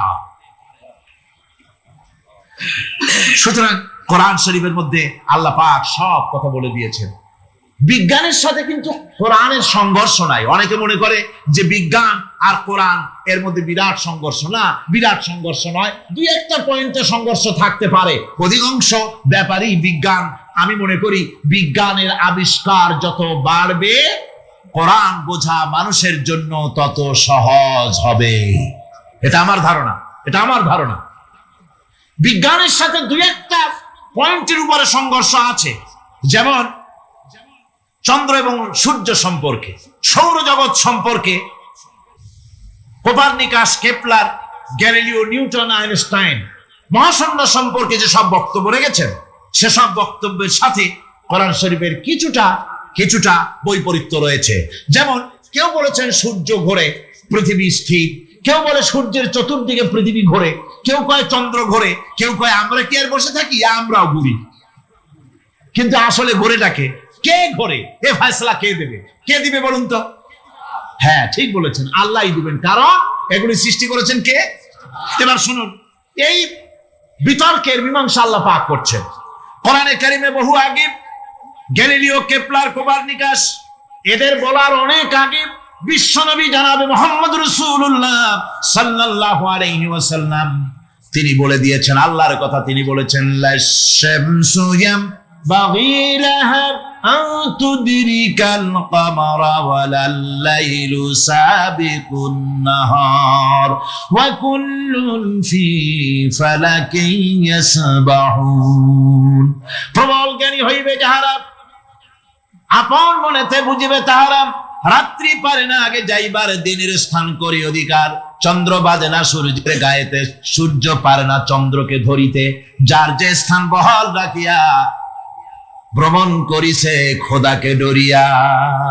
আল্লাহ রাব্বুল আলামিনকে ভয় করে সব ঘুরছে। চাঁদ ঘোরে, সূর্য ঘোরে, মঙ্গল ঘোরে, ইউরেনাস ঘোরে, বৃহস্পতি ঘোরে, পৃথিবীও ঘোরে। সব ঘুরছে তো ঘুরছেই, বন বন করে ঘুরছে একটা নির্দিষ্ট কক্ষপথে। আপন আপন 10 সহস্র কোটি তারকা দিয়ে সমৃদ্ধ গ্যালাক্সি মিল্কি ওয়ে, যেটা অন্ধকার রাত্রে, তারকা সজ্জিত রাতে উত্তর দক্ষিণ দিকে টানা একটা পথের মতো দেখা যায়। এটা হচ্ছে গ্যালাক্সি, এটাকে বলা হয় মিল্কি ওয়ে। এটা হচ্ছে ছায়াপথ। অসংখ্য তারকার মধ্যে রয়েছে। কত বড় বড় তারকা, অনেক দূরে। তাই আমরা দেখি বিন্দু বিন্দু, আসলে কি বিন্দু না। কত বড় জানেন? বিজ্ঞানীরা বলেছেন দৈত্যের মতো বিরাট বিরাট তারকা আছে, যে সূর্য পৃথিবীর চাইতে 13 লক্ষ গুণ বড়। এরকমের সূর্যের অন্তত 3 কোটি সূর্য খাইয়া হজম করতে পারে, এরকম অসংখ্য তারকা মিল্কি ওয়ের ভিতরে আল্লাহ সৃষ্টি করেছেন। সুবহানাল্লাহ বিহামদিহি, সুবহানাল্লাহ। আর মানুষ লাফায়, 4 গুণ মানুষ খালি লাভ দেয় মোষ কতগুলো রাখিয়া। কোন আনন্দে লাফাও, কি শক্তি তোমার! মহাশূন্যের তুলনায় এই পৃথিবীর অবস্থান কি জানেন? এই জন্য যত বেশি পড়াশোনা করবেন মাথা নত হয়ে যাবে। কমিউনিস্ট হয় ছাগলেরা, বুদ্ধিমান কোনোদিন কমিউনিস্ট হয় না। কারা কমিউনিস্ট হয়? ছাগলগুলি, যাদের আকল নাই, যাদের জ্ঞান নাই, বুদ্ধি নাই, ওরাই কমিউনিস্ট হয়। কোন চিন্তাবিদ, কোন বিজ্ঞানী কমিউনিস্ট হয় না। মাথা নত হয়ে যায়, আল্লাহর এই সৃষ্টি দেখে পাগল হয়ে যায়। নিঃসন্দেহে আল্লাহ আছেন, নইলে পরে এগুলি হয় কি করে? আমি চিন্তা করে পাই না কমিউনিস্ট হয় কেমন, কতখানি পাগল হইলে হয়। ছোট্ট একটা রুমাল দেখলে মনে করি কোন তাঁতি এটারে বানাইছে। একটা এই কি জানি কয় মাইক দেখলে মনে করি কেউ এটাকে বানাইছে। টেবিল দেখলে মনে করি কেউ বানাইছে। ফ্রিজ দেখলে মনে করি বানাইছে কেউ। একটা সুই দেখলে মনে করি কেউ এটাকে বানাইছে। আর এই বিশাল পৃথিবী, ওই বিশাল আকাশ, কমিউনিস্টরা কয় এমনি এমনি হয়েছে। আমার বন্ধুগণ, মাথা নত হয়ে আসবে চিন্তা করলে কি বিশাল সৃষ্টি আল্লাহ পাকের। এই ছায়াপথ, এই গ্যালাক্সি, এর তুলনায় পৃথিবীর অবস্থান কোথায়? পৃথিবীর অবস্থানটা হচ্ছে, আমার হাতে এটা একটি কলম। এই কলমটা কাগজের উপরে আমি যদি নিপটা রাখি, কাগজের ভিতরে নিপে যতটুকুন জায়গা টাচ করবে, মহাশূন্য গ্যালাক্সি মিল্কি ওয়ে, আল্লাহর ওই মহাশূন্যের তুলনায় পৃথিবীর অবস্থান একটা কলমের নিপে যতটুকুন জায়গা নাই, এর থেকে বেশি নয়। এই যদি হয় পৃথিবী, তাহলে সেই পৃথিবীর মানুষ আপনি কতটুকুন? সলিমুদ্দি বসিরুদ্দি খালি লাফা। আমার বন্ধুগণ, লাভ কি? লাভের চোটে বলে হ্যান করেঙ্গে তেন করেঙ্গে, লাঠি কে আমদার মুগুর ভরেঙ্গে। কয়েকদিন পর শোনা যায় শীত হয়ে পড়ছে, কিছু নাই। সুতরাং আল্লাহ পাকের অসীম সৃষ্টি জগৎ, এর সঙ্গে বিজ্ঞানের সংঘর্ষ কম। 2-1টা পয়েন্টে আছে, বাকি সবগুলিতে বিজ্ঞানের আবিষ্কার যত বাড়তেছে, আল্লাহরে চেনা, সৃষ্টি জগৎকে জানা মানুষের জন্য তত সহজ হচ্ছে। আর রহমান আল্লামাল কোরআন, কোরআন শিখিয়েছেন আমাদেরকে। রহমান এমন নিয়ামত দিয়েছেন যার মধ্যে সব আছে। মানুষ সৃষ্টির ব্যাপারে, মানব সৃষ্টির ব্যাপারে নির্ভুল তথ্য যদি পেতে হয়, তাহলে কার কাছে যাব? জোরে কোন? আল্লাহর কাছে যেতে হবে। আর আল্লাহর কাছে না যাইয়া মানব সৃষ্টির রহস্য যদি জানতে যাই ডারউইনের কাছে, তাহলে আপনার মামু হবে সুন্দরবনের বান্দরেরা। ঠিক কিনা? বান্দরেরা হবে মামু, শিম্পাঞ্জি ওরাং ওটাং হবে আপনার নানার দাদা। তার কারণ ডারউইন সাহেব বলেছেন মানুষ এর পূর্বপুরুষ হলো বাঁদর, শিম্পাঞ্জি, ওরাং ওটাং। এটা হলো তার থিওরি অফ ইভলিউশন। এই বিবর্তনবাদের থিওরি পেশ করতে গিয়ে তিনি বলেছেন মানুষ হলো বান্দরের জাত। আরে বেটা, তুই বান্দরের জাত। নিজের লেজ কাটিয়া সকলের লেজ কাটা আরম্ভ করতে যাচ্ছে। কি পাগলের পাগল মানুষ হয়েছে বান্দরের জাত। আশ্চর্য কথা। কেমনে কইলে? তো বললো যে শিম্পাজি দেখছে, তো সে শিম্পাজি দেখে তার মনে হয়েছে যে মানুষ ওরকমই তো দেখা যায়, তো মানুষ বুঝি বান্দর থেকেই আসছে। আমি বলি পৃথিবীতে এমন পাগল আমি কোনোদিন দেখিও নাই, শুনিও নাই যে কোনো পাগল পাবদা মাছ দেখে বলেছে যে এটা হচ্ছে বোয়াল মাছের পূর্বপুরুষ। টাকি মাছ দেখে কোন ছাগলেও বলেছে আজ পর্যন্ত যেটা হলো শোল মাছের পূর্বপুরুষ। পুঁটি খাইতে খাইতে আস্তে আস্তে বিরাট শোলে পরিণত হয়ে গেছে, কোন পাগলেও বলে। আচ্ছা মেনে নিলাম দারুন সাহেবের থিওরি, মেনে নিলাম 1 সেকেন্ডের জন্য যে বান্দর থেকেই মানুষ হয়েছে। এখনো তো বানর প্রজাতি আছে না শেষ হয়ে গেছে? আছে কিনা? তাহলে সুন্দরবনে যান, যে দেখুন কোন বাঁদর কি এ পর্যন্ত দেখা গেছে যে কোমর পর্যন্ত মানুষের মতো হয়ে গেছে? আর একটু দুধ আর পনির আর একটু এই শুটকি মাছ লোটটা ফিশ খাওয়াইলে আর কদিনের মধ্যে এই বান্দরটা মানুষ হয়ে যাবে। হয়েছে এরকম? বাঁদরের 12 আনা মানুষ হয়ে গেছে, 14 আনা মানুষ হয়ে গেছে, আর অল্প একটু বাকি। এরকম দেখা গেছে কোথাও? দেখা যায়। পাগলামি কথা, পাগলামি কথা। মানুষ বানর থেকে আসেনি, মানুষ ওরাং থেকে আসেনি, মানুষ শিম্পাঞ্জি থেকে আসেনি। মানুষ এসছে কোত্থেকে? এটা জানতে হলে এই নির্মূল তথ্য জানার জন্য আসতে হবে কোরআনের কাছে। কার কাছে? আল্লাহ রাব্বুল আলামিন তার হাবিবের মুখ থেকে মানব সৃষ্টি রহস্য তিনি উদ্ঘাটন করে দিয়েছেন। তিনি বলেছেন, দুনিয়াবাসীকে শুনিয়েছেন, ফালয়ানজুরিল ইনসানু মিম্মা খুলিকা মিম্মাইন দাফিকিন ইয়াখরুজু মিন বাইনিস সুলবি ওয়াত তারাইব। আল্লাহ পাক বলেন, মানুষ কি তার সৃষ্টি রহস্য দেখে না? কেমনে তাকে আমি সৃষ্টি করেছি? মায়ের বক্ষ পিঞ্জর থেকে, বাপের পৃষ্ঠ থেকে সবেগে নির্গত এক ফোঁটা নাপাক পানি দিয়ে আমি আল্লাহ মানুষকে সৃষ্টি করেছি। বান্দর থেকে নয়, ওরাংউটাং থেকে নয়, শিম্পাঞ্জি থেকে নয়, মানুষের অরিজিন মানুষ। আদম থেকে তোমরা জন্মগ্রহণ করেছো, আদম এসেছে মাটি থেকে, তোমরা এসেছো আদম থেকে। সুবহানাল্লাহ ওয়া বিহামদি। এটাই হলো মানব সৃষ্টির রহস্যের কথা আল্লাহ পাক বলে দিয়েছেন। অন্যত্র আল্লাহ বলেন, ইন্না খালাকনাকুম মিন তুরাবিন সুম্মা মিন নুতফাতিন সুম্মা মিন আলাকাতিন সুম্মা মিন মুদগাহ। নিষ্প্রাণ মাটি থেকে তোমার উৎপত্তি হয়েছে, আর এই নিষ্প্রাণ মাটি দিয়ে তোমাকে তৈরি করা হয়েছে। এগুলি মাতৃগর্ভের ভিতরে গিয়া নাপাক পানি ফোঁটা জমাট রক্ত হয়েছে, গোশত হয়েছে, তারপরে মানুষের আকৃতি দিয়েছি, আর এরপরে বাচ্চার আকারে মায়ের পেট থেকে আমি আল্লাহ মানুষ করে তোমাকে বের করেছি। সুতরাং মানব সৃষ্টি রহস্যের কথা বিজ্ঞানের সাথে যেটা সাংঘর্ষিক হবে কোরআনের সাথে, আমরা সেটা মানতে পারি না। আমাদেরকে মানতে হবে মূল জ্ঞানের কিতাবটা। মূল জ্ঞানের কিতাব কোনটা? জোরে কম তো কোনটা? এখানে সব কথা আল্লাহ আল কোরআন। কোরআন শিখিয়ে মানুষকে আল্লাহ পাক সবচাইতে বড় দয়া করেছেন, এর থেকে বড় দয়ার হয় না। কোরআন শিখিয়েছেন আমাদের, যার মধ্যে সমস্ত তথ্যের কথা আল্লাহ পাক বলেছেন।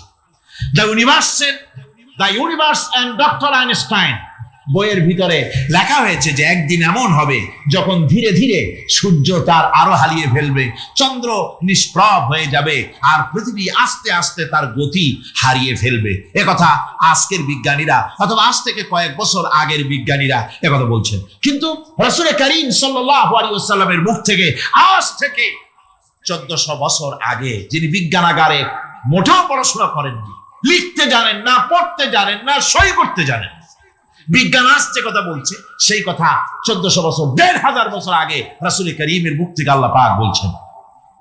কোরআনে কারীম বলছে, ইয়াসআলু আইয়ানা ইয়াউমুল কিয়ামা ফাইদা বারিকাল বাসারু ওয়া খাসাফাল কামারু ওয়া জুমিআশ শামসু ওয়াল কামার। হে রাসূল, রাসূলের কাছে জিজ্ঞাসা করে কিয়ামত কবে হবে?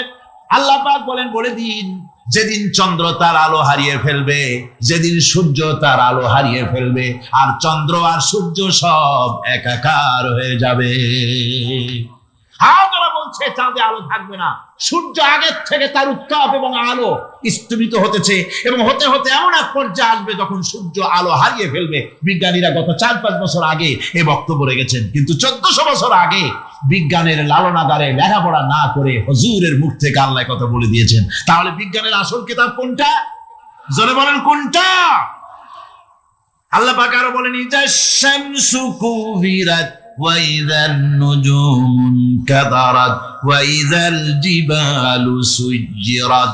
তারকাগুলি, সূর্যের আলো থাকবে না, নক্ষত্রগুলো স্থানচ্যুত হয়ে যাবে, কক্ষচ্যুত হয়ে যাবে, পাহাড়গুলিকে পরিচালিত করে দেওয়া হবে, কিছুই থাকবে না, সব শেষ হয়ে যাবে।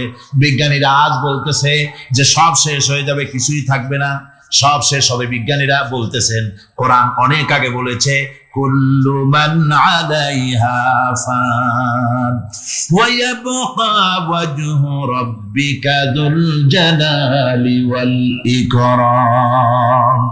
সব শেষ হয়ে যাবে, বিশ্বে যা কিছু আছে সব লয় হবে, ক্ষয় হবে, ধ্বংস হবে, কিচ্ছু থাকবে না, থাকবেন শুধু আল্লাহ সুবহানাহু ওয়া তাআলা। সুবহানাল্লাহি ওয়া বিহামদিহি। কোরআনে কারীম এ কথা বহু আগে আমাদেরকে জানিয়ে দিয়েছে। সুতরাং আসল জ্ঞানের কিতাবটাই হচ্ছে কোরআনে কারীম। এই কোরআনের কাছে আমরা যত যেতে পারবো, যত কোরআন বুঝতে পারবো, ততই আমাদের জন্য আমরা সমৃদ্ধ হতে পারবো, আমাদের উপর আল্লাহর রহমত আসবে, আমরা সমাজ চালাতে পারবো, আমরা দেশ চালাতে পারবো, আমরা দুনিয়ায় শান্তি পাবো, আমরা আখিরাতেও মুক্তি লাভ করতে পারবো। কোরআনে কারীম সমস্ত বিজ্ঞানের উৎস, দর্শনের উৎস। এইটা না জানলে কিছুই জানা হয় না, এইটা জানা হলে সব জানা হয়। পণ্ডিত আপনার ডক্টর শহীদুল্লাহ, আল্লাহ জান্নাত নসিব করুন, সবাই বলুন আমিন। তিনি বলতেন, বড় বড় সেমিনারে গিয়ে বলতেন তিনি, যে আপনারা যারা বক্তব্য রাখতে এসেছেন, জনগণকে বলছি না, যারা বক্তব্য রাখতে এসেছেন, এমএ পাস করেছেন, ডিগ্রি করেছেন, পিএইচডি করেছেন, এভারসিএস করেছেন, বহু কিছু ডিগ্রি আপনারা লাভ করেছেন, নামের আগে 6 হাত লম্বা ডিগ্রি আপনারা লাগাইছেন, আপনারা পণ্ডিত ঠিকই, কিন্তু এই কোরআন শরীফের জ্ঞান যদি আপনাদের না থাকে, আপনারা পণ্ডিত, তবে আপনারা মূর্খ পণ্ডিত। কি পণ্ডিত? কি পণ্ডিত? মূর্খ পণ্ডিত। ওরা বলে যে মৌলবীরা জানে কি, মৌলবীরা জানে কি? আরে ভাই, মৌলবীদের কাছে তো আসল জ্ঞান আছে। সুবহানাল্লাহি ওয়া বিহামদিহি। এখানে সবটা আছে। আপনারা এখানে আসেন, এটা বিশ্বাস করলে আপনি সবটা পেয়ে যাবেন। কোরআন বিশ্বাস করতে পারলে, কোরআন জানতে পারলে আপনি সব জানবেন। কোরআনে কারীমের মধ্যে আল্লাহ পাক কত কথা বলেছেন। এর মধ্যে আছে, আল্লাহ পাক বলেছেন, আফালা ইয়ানজুরুনা ইলাল ইবিলি কাইফা খুলিকাত। এই যে আমি উটগুলোরে বানাইছি, কেমনে বানাইলাম তোমরা কি দেখছো? উট কেমনে বানিয়েছি? মুফাসসিরিনে কেরাম এর উপরে অনেক আলোচনা করেছেন। তারা বলেছেন যে উট মরুভূমির জাহাজ, তারপরে উটের পিঠে একটা চুট আছে, কোন কোন উটের পিঠে 2টা চুট আছে, মাঝখানে বসে একটারে হেলান দিয়ে আর একটা ধরে বসা যায়। আমি দেখছি 2টা চুটওয়ালা উট, আফ্রিকান উট আমি দেখেছি, যে চুট সুবহানাল্লাহ, দেখলে অবাক হয়ে যেতে হয় যে আল্লাহর কি কুদরত। উটের পৃষ্ঠে 2টা চুট, মাঝখানে আপনি বসবেন, পিছনেরটা একটা সোফা সেটের মতো, পিছনে হেলান দিলেন, আর সামনে যখন সে মরাল সম চড়াই উত্তরাই পথ দিয়ে নামা ওঠা করবে, তখন আপনি যেন পড়ে না যান, সেজন্য সামনেরটা বুকের সাথে জড়াই ধরবেন। এরপরে কি সৃষ্টি আল্লাহর, সুবহানাল্লাহি ওয়া বিহামদিহি। জিরাফগুলি দেখুন, জিরাফগুলি তার মাথা কত বড় উঁচা। লন্ডন জুতে জিরাফ দেখলাম, সে জিরাফের দেহ থেকে তার মাথাটা 22 ফিট উঁচা। মানে সে যদি নিচে দাঁড়ায়, 3 তলা বিল্ডিং এর ছাদের উপরে নাস্তা দিলে তো নিচে দাঁড়ায় খাইতে পারে, এই অবস্থা। সেই জিরাফে পানি খাবে কেমনে? মাথা হলো অত উঁচায়, পিছনের ঠ্যাং 2টা খাটো, সামনের ঠ্যাং 2টো উঁচা, এখন পানি খাবে কেমনে? ওই মাথা নামাইতে গেলে ঠ্যাং তো অনেক উঁচা। আল্লাহ পাক এমন সুন্দর ব্যবস্থা করলেন, সামনের 2টা ঠ্যাং এভাবে সরায় দেওয়ার মতো। ও যখনই পানি খায় দেখলাম 2টা ঠ্যাং অনেক ছেড়ায় দেয়, 2 দিকে ঠ্যাং চলে যায়, তখন মাথাটা সহজে নিচে নামায় আসে, পানি খাইতে পারে। এই সুযোগগুলি আল্লাহ সুবহানাহু ওয়া তাআলা তিনি করে দিয়েছেন। ওমা কুন্না আনিল খালকি গাফিলিন, আমি আমার সৃষ্টি জগৎ সম্পর্কে অমনোযোগী নই। সুবহানাল্লাহ ইল্লাল্লাহ লা ইলাহা ইল্লাল্লাহ লা ইলাহা ইল্লাল্লাহ লা ইলাহা ইল্লাল্লাহ। 2-1 ঘন্টা, 2-4 ঘন্টা দেখবেন অফিসাররা এসে বলবে, না জানি কোন খাজা বাবা আসছে, আসেন আসেন, নিয়ে খাইতে দেবে, হাদিয়া দেবে। যেহেতু যিনি পড়তেছেন উনি বোঝেন না কি বলতেছেন, আর যারা দাওয়াত দিয়ে নিয়ে গেল ওরা টের পায় নাই যে কি কি শুনে দাওয়াত দিতেছে। কিন্তু আপনি যদি বঙ্গভবন, গণভবন, সেক্রেটারিয়েট আর পার্লামেন্ট, এর ভিতরে ঢুকে যদি বলে কোন মানুষের তৈরি করা আইন মানি না, কোন সরকারের সার্বভৌমত্ব স্বীকার করি না, কারো বিধান মানি না, কারো তৈরি করা আইনের সামনে মাথা নত করি না, আল্লাহ ছাড়া কারো বিধান মানি না, হাতিয়ে আসবে, খাইতে দেবে, পকেটে টাকা দেবে, খাওয়াবে এক জায়গায় নিয়ে, কোন জায়গায়? লাল দালান। বুঝাবুঝি তিনি আফসোস করছেন, আফসোস একজন পয়গম্বর এমন পাঠাইলাম না, একজন রাসূল পাঠাইলাম না যার সাথে এরা ঠাট্টা করে নাই, বিদ্রুপ করে নাই, পাগল বলে নাই, মানে নাই।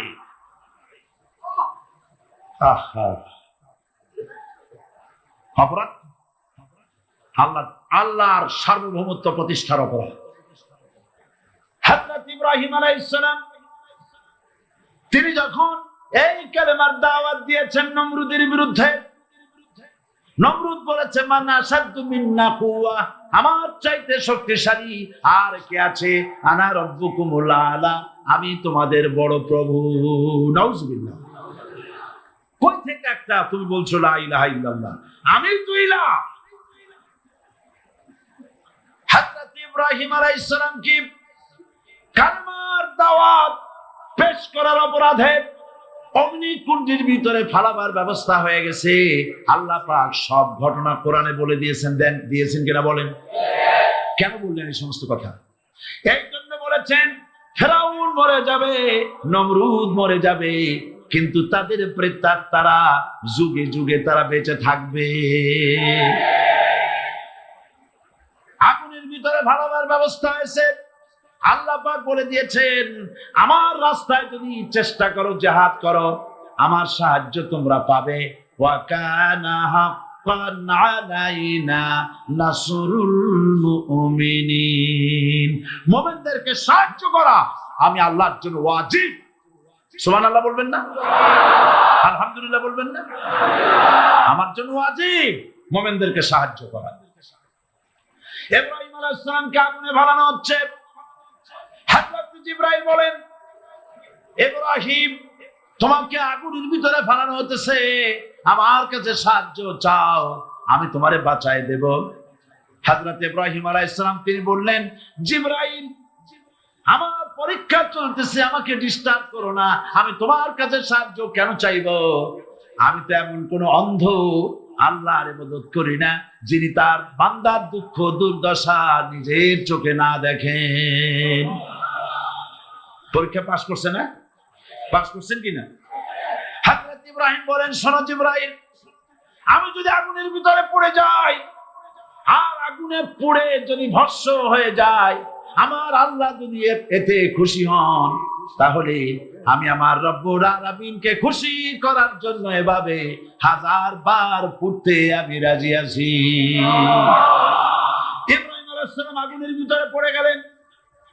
আল্লাহ রাব্বুল আলামিন আগুনের প্রতি নোটিশ করে দিলেন ইয়া নারু কুনি বারদাও ওয়া সালামান আলা ইব্রাহিম, আগুন আমার ইব্রাহিমের জন্য শান্তিদায়ক ঠান্ডা হয়ে যা। ইব্রাহিম আলাইহিস সালাম জ্বলছেন, পুড়ে গেছেন। নমরুদ তার প্রাসাদের ছাদে বসে ইব্রাহিম আলাইহিস সালামের পোড়া দৃশ্য দেখে আনন্দ করবে, আগুনের দিকে তাকায় দেখে ইব্রাহিম আরামে বসে আছেন। পোড়া তো দূরের কথা, জামাও পড়ে নাই। ও ডাক দিয়া বলে রে আগুন, গোটা জাতি নিয়ে তোর পূজা করলাম, আমার দুশমন কেন জ্বালাইতে পারিস না? তোর জ্বালানো শক্তি কি নষ্ট হয়ে গেছে নাকি? আগুনের ভিতর থেকে আওয়াজ বেরিয়ে এলো নমরুদ, আমার ভিতরে দাহ্য শক্তি জ্বালানো শক্তি আছে কি নাই যদি প্রমাণ করতে চাও, টেস্ট করতে চাও, তুই নিজে আয়, তোরে সুদ্ধা তাম দুনিয়া জ্বালাই দিতে পারি, ইব্রাহিমের এক গাছা পশম জ্বালাইতে পারি না। বিশ্বকবি আল্লামা ইকবাল কি সুন্দর করে বলেছেন, আজ ভি হো জু ইব্রাহিম কা ইমা পয়দা, आग कर सकती है एक अंदाजे गुलिस्ता पैदा। ইব্রাহিমের ঈমান যদি আজও কোথাও হয় বিদ্যমান, করতে পারেন অগ্নিকুণ্ডে খুবসুরত এক গুলিস্তান। এখনো যদি ইব্রাহিমের সন্তানদেরকে আগুনের মধ্যে ফেলে দেওয়া হয়, আর ইব্রাহিম ঈমান যদি থাকে, আগুনকে ফুলের বাগান বানাবার ক্ষমতা আল্লাহর আছে। চিরকাল আল্লাহ পাক এই কালেমাকে দিয়েছেন আল্লাহর সার্বভৌমত্বকে প্রতিষ্ঠা করার জন্য। আয়াতুল কুরসি শুধু পড়ে বুকে ফু দেওয়ার জন্য নয়। পড়েন আমার সাথে, আল্লাহু লা ইলাহা ইল্লা হুয়াল হাইয়ুল কাইয়্যুম। দুনিয়ার সমস্ত পয়গম্বর অত্যাচারিত হলেন, শুধু তাই নয়, বিশ্ব নবী আখিরি জামানার পয়গম্বর নবী মুহাম্মদ রাসূলুল্লাহ সাল্লাল্লাহু আলাইহি ওয়াসাল্লাম জাতির কাছে আসলেন। তিনি এসে বললেন, ইয়া আইয়ুহান নাস কুলু লা ইলাহা ইল্লাল্লাহ। প্রথম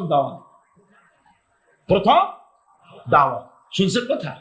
রাসূলুল্লাহ বলছেন, ও জাতি, আমার রাসূল তো মক্কার রাসূল না শুধু, মদিনার রাসূল না শুধু, আরবি ভাষা ভাষীদের রাসূল না শুধু, আমার নবী কি নবী? চিল্লা বলে।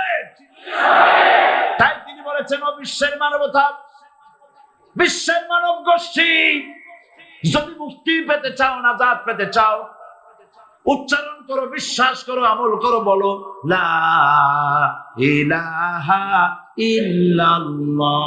জোরে পড়েন, লা ইলাহা ইল্লাল্লাহ, লা ইলাহা ইল্লাল্লাহ মুহাম্মাদুর রাসূলুল্লাহ। আবু জাহেল বুঝছিল কলমার অর্থ? কথা বলেন না কেন? আবু জাহেল বুঝছিল? উতবা, সাইবা, মুগিরার গোষ্ঠীরা বুঝছিল? বুঝেছে। তারপরে তারা চিন্তা করলো যে সর্বনাশ তো করছে, লা ইলাহা, কোন ইলাহ নাই, আইনদাতা নাই, বিধানদাতা নাই, তাহলে আমরা কি ঘরে বসে বসে কি করবো? উনি নতুন একজন ইলাহ নিয়ে আসছে, আল্লাহ ছাড়া কোন ইলাহ নাই, তাহলে আমাদের কাজটা কি? প্রথমে তারা চেষ্টা করলো যে একটু দেখি নরম নরম ভাবে হয় নাকি। চলে গেল আবু তালেবের কাছে, আসে না হাদিসে, বললো, আবু তালেব, তুমি তো কুরাইশদের নেতা, তোমার ভাইয়ের ছেলে কয়টাই কি? কি আশ্চর্যজনক কথা! লা ইলাহা ইল্লাল্লাহ, আল্লাহ ছাড়া কোনো ইলাহ নাই, তা আমরা করব কি? তোমার ভাতিজাকে বুঝাও লা ইলাহা ইল্লাল্লাহর দাওয়াত বন্ধ করে দিক, এর বিনিময়ে টাকা লাগে টাকা দেব, সোনা লাগে সোনা দেব, যত সুন্দরী মেয়ে চায় তাও দেব, নেতৃত্ব চায় তাও দেব, তবু যেন কালেমার দাওয়াত না দেয়। আসিনে কা হাদিসে আছে কিনা? নবীজি যখন বাড়ি ফিরলেন, চাচা আবু তালেব নিজের কলিজার টুকরা সন্তান হযরত জাফর আলীর চাইতে তিনি ভালোবাসতেন কলিজার মতো করে মুহাম্মদ সাল্লাল্লাহু আলাইহি সাল্লামকে। বলছে, বাবা, এমন কথা কেন বলো যাতে লোকেরা খেপে যায়? এই কথাগুলি বলো না। ওরা আমার কাছে এই সব প্রস্তাব দিয়ে গিয়েছে। রাসূলুল্লাহ প্রস্তাব শুনে এগ্রি করলেন। জি, আমার নবী বলেন, ও আমার চাচা আবু তালেব, প্রস্তাবকারীদেরকে শুনিয়ে দিন। হুজুরের সাথে তখন অনেক লোকজন, নাকি অনেক অস্ত্রপাতি, কিচ্ছু নাই, আল্লাহর শক্তি ছাড়া কিছুই নেই।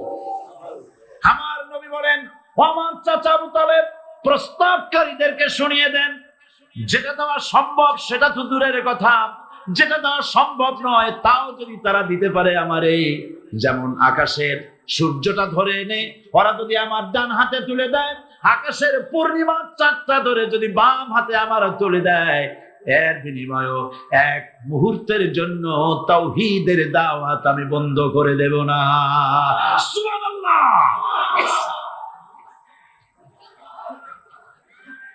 রাসূল করিম সাল্লাল্লাহু আলাইহি ওয়াসাল্লাম তাদের এই প্রস্তাবকে যখন গ্রহণ করলো না, কাফেরেরা বুঝলো। আমি আগেই বলেছি 3 শ্রেণীর লোক বাধা দিয়েছে। কয় শ্রেণী? প্রথম শ্রেণী কি? রাষ্ট্র শক্তি, তাদের হাতে অস্ত্রপাতি তো খুব শক্তি, আর তারা একবার ক্ষমতায় যায় ওরা মনে করে এই ক্ষমতা থেকে আমাদেরকে কেউ নামাইতে পারবে না। বিংশ শতকের শ্রেষ্ঠ মুজাদ্দিদ আল্লামা সৈয়দ আবুদুল্লাহ মওদুদী রাহমাতুল্লাহ আলাইহি তিনি এক জায়গায় লিখেছেন, স্বৈরাচারীরা তার পতনের সমস্ত ছিদ্র বন্ধ করে, কিন্তু একটা ছিদ্র বন্ধ করতে পারে না। মনের ভুলে সে ছিদ্রটা থেকেই যায়, যেই ছিদ্র দিয়ে আসলে তার পতনটা হবে। ক্ষমতায় গিয়ে মনে করে চিরকাল ক্ষমতায় থাকবো। ভারতের প্রধানমন্ত্রী পণ্ডিত জওয়াহরলাল নেহেরু রাঁচি পাগলা গারদে গিয়েছেন, মেন্টাল হসপিটাল। পাগলেরা নেহেরুকে দেখে আশ্চর্য হয়ে গেছে, এত সুন্দর মানুষ, মাথায় কিস্তি টুপি, গায়ে শেরওয়ানি, মুসলমানি ড্রেসই আলাদা। যদিও তিনি হিন্দু ছিলেন, পরেছেন মুসলমানি ড্রেস। শেরওয়ানি কাদের পোশাক? কাদের পোশাক? হাতে ছড়ি নিয়ে হাঁটা, স্টাইল করে, সুন্দর পাজামা, সুন্দর টুপি, সুন্দর সাজসজ্জা করে, মুসলমানদের ড্রেস। এই ড্রেস পরে তিনি গিয়েছেন, সবসময় যে ড্রেস তিনি পরতেন। পাগলেরা জিজ্ঞেস করছে, তুমি কে গো? উনি বলছেন, আমারে চেনো নাই? আমি ভারতের প্রধানমন্ত্রী পণ্ডিত জওয়াহরলাল নেহেরু। পাগলেরা বলছে, ও সেই কথা। আমরাও যখন এই হসপিটালে আসছিলাম, এই তোমার মতো লম্বা লম্বা কথা আমরাও বলছি। থাকো আমাদের সাথে কিছুদিন, তোমার মাথাও ঠান্ডা হয়ে যাবে। ক্ষমতায় যারা থাকে, ক্ষমতার মোহে চতুর্দিকে অন্ধকার দেখে, মনে করে আমার পতন আর হবে না। কিন্তু তোমাকে বধিবে যে গোকুলে বাড়ি শেষে। গাড়ির চাকা সব সময় উপরে থাকে না। গাড়ির চাকা সব সময় উপরে থাকলে গাড়ি তো চলবেই না। গাড়ির চাকা ঘোরে বলেই তো গাড়ি চলে। সুতরাং এই উপরে তোমার চাকা উপরে এখন আছে বলে, তোমার দলের চাকা উপরে আছে বলে যারা মানুষের উপরে জুলুম করছো, আলেমদেরকে ধরতেছো, মুসল্লিদেরকে ধরে ধরে জেলে ঢুকাচ্ছ, সময় আসবে এমন ইন্দুরের গর্ত বাবানা পালাবার জন্য।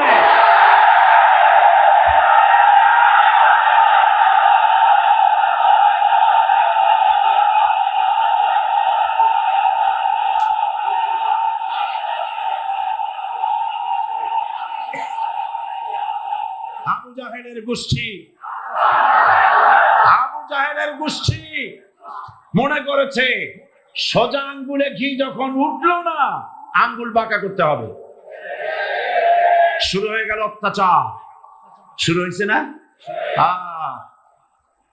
হযরত সুমাইয়া রাদিয়াল্লাহু তাআলা আনহা কি নির্মম ভাবে, নিষ্ঠুর ভাবে তাকে শহীদ করা হলো।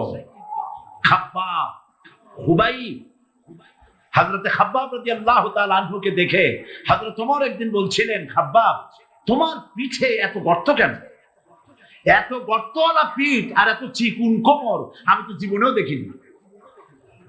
হযরত খাব্বাব বলেছেন, ওমর জানো না, ইসলাম কবুল করার অপরাধে, কালেমা পড়ার অপরাধে কাফির বেঈমানেরা আমাকে মারধর করেছে। যখন আমি তাদের মারে কালেমা ছাড়ি নাই, তখন আগুন জ্বালায়া আগুনের আংটার উপরে, আংটা আগুনের উপরে আমাকে ঠিক করে শোয়া, আমি যেন নড়াচড়া করতে না পারি সেজন্য আমার বুকের উপরে পাথর চাপা দিয়ে রেখেছে। আগুনে গোশত পুড়ে পুড়ে আগুন ভিতরে ঢুকেছে, গায়ের রক্ত আর চর্বি গলে গলে পড়ে আগুনগুলো নিভেছে। ওই পিঠে যে গর্ত হয়েছে আজও পর্যন্ত সেই গর্ত মিটে যায় নাই। হযরত খাব্বাব রাদিয়াল্লাহু তাআলা আনহু বলছেন, বুখারী শরীফে হাদিসে ভাবে এসেছে, ওয়ান খাব্বাব বিন আরিফ রাদিয়াল্লাহু তাআলা আনহু আন্নাহু ক্বাল শাকাউনা ইলা রাসূলিল্লাহ সাল্লাল্লাহু আলাইহি ওয়াসাল্লাম ওয়া হুয়া মুতাওয়াসসাদুন বুরদাতুন লাহু ফি জিল্লিল কাবা।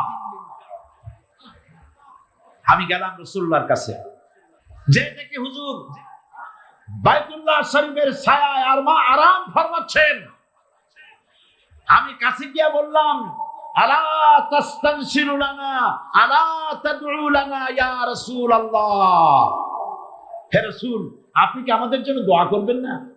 আপনি কি আমাদের জন্য আল্লাহর কাছে সাহায্য প্রার্থনা করবেন না? মার খেয়ে খেয়ে তো শেষ হয়ে গেলাম। শুনতেছেন আপনারা? আল্লাহর উঠে বসলেন, বললেন, খাব্বাব শোনো, তোমাদের আগে যারা এই পৃথিবীতে এসেছিলেন দ্বীনের দাওয়াত দেওয়ার জন্য, সমকালীন রাষ্ট্র শক্তি তাদেরকে ধরতো, ফায়ুখাজুর রাজুলু ফায়ুহফারু লাহু ফিল আরদ, তার জন্য তারে ধরে নিয়া মাটির মধ্যে গর্ত করত, ফায়ুজালু ফিহা, এরপরে সেই গর্তের ভিতরে তাকে কোমর পর্যন্ত গেড়ে দিত, সুম্মা ইউতা বিল মানশাব, এরপরে করাত আনা হতো, ফায়ুদাউ আলা রাসিহি, এরপরে করাতটা মাথার উপরে রাখা হতো, ফায়ুজালু নিসফাইন, এরপরে করাত দিয়া চিরে চিরে জীবিত মানুষটাকে দ্বিখণ্ডিত করে ফেলে দিত। মা ইয়াসুদ্দুহু যালিকা আন দীনি, এত কষ্ট দেওয়ার পরেও, এত জুলুম করার পরেও দ্বীনের দায়ীদেরকে এক চুল পরিমাণ আল্লাহর রাস্তা থেকে তারা সরাই দিতে পারে নাই। ওয়াল্লাহি, ও খাব্বাব, আমি আমার আল্লাহর নামে কসম করি। মুসলমান কে কসম করতেছে? আল্লাহ রাসূল। আমি আমার আল্লাহর নামে কসম করি, ওয়াল্লাহি লা ইউতাম্মান্নাল্লাহু হাযাল আমর হাত্তা ইয়াসির রাকিবু মিন সানা ইলা হাদরামাউত।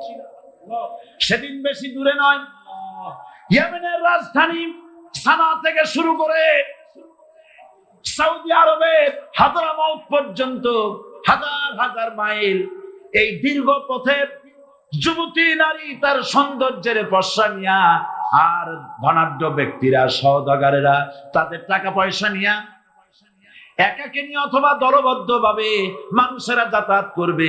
লা ইয়াখাফু ইল্লাল্লাহ, মানুষের মনের মধ্যে কোনো ভয় থাকবে না।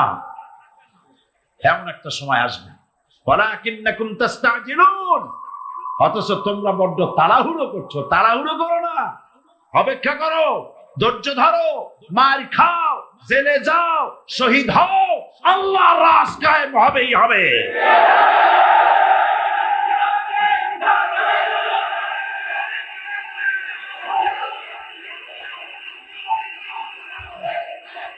বিল্ডিং থেকে শিক্ষা গ্রহণ করুন, বিল্ডিং, ইমারত, দালান থেকে শিক্ষা গ্রহণ করুন। এই যেটা দালান আছে না পাশে, দেখতে পাচ্ছেন, এই দালান কি দিয়ে তৈরি করা হয়েছে বলেন? ইট। সমস্ত ইটেরা যদি ধর্মঘট করত, আমরা কেউ মাটির তলায় যাব না, কেউ আমরা আগুনে পুড়ে ঝামা হব না, পিক হব না, কেউ আমরা টুকরা টুকরা হব না, সবাই থাকবো উপরে উপরে, তাহলে কি দালান হইতো নাকি? এই বিল্ডিং নির্মাণ করতে গিয়া ইটের যে স্যাক্রিফাইস, হাজার হাজার ইটকে পিক হতে হয়েছে, পুড়ে যেতে হয়েছে, খোয়া হতে হয়েছে, ভেঙে টুকরা টুকরা হয়ে 50 ফিট মাটির নিচে যেতে হয়েছে, তারপরে ইমারত গঠন হয়েছে, সুন্দর দালান তৈরি হয়েছে। যারা ইসলামী শাসন চান, আল্লাহর দ্বীনকে বিজয়ী দেখতে চান, তাদেরকে অসংখ্য মানুষকে পোড়াইটের মতো জেলখানায় পুড়ে পুড়ে মরতে হবে, অসংখ্য মানুষকে ফাঁসির কাস্তে ঝুলতে হবে, গায়ে রক্ত দিতে হবে, শহীদ হতে হবে, তারপরে ইসলামের ইমারতটা কায়েম হয়ে যাবে। শায়ের কবি কি সুন্দর করে বলছেন, কবি সুন্দর করে বলছেন, ये शहादत गहे उल्फत में कदम रखना, ये शहादत गहे उल्फत में कदम रखना, लोग समझते हैं आसा है मुसलमान होना। মানুষেরা মনে করে মুসলমান হওয়া খুব সহজ জিনিস। না, মুসলমান হওয়ার অর্থ হলো শাহাদাতের ঈদগাহে শামিল হয়ে যাওয়া।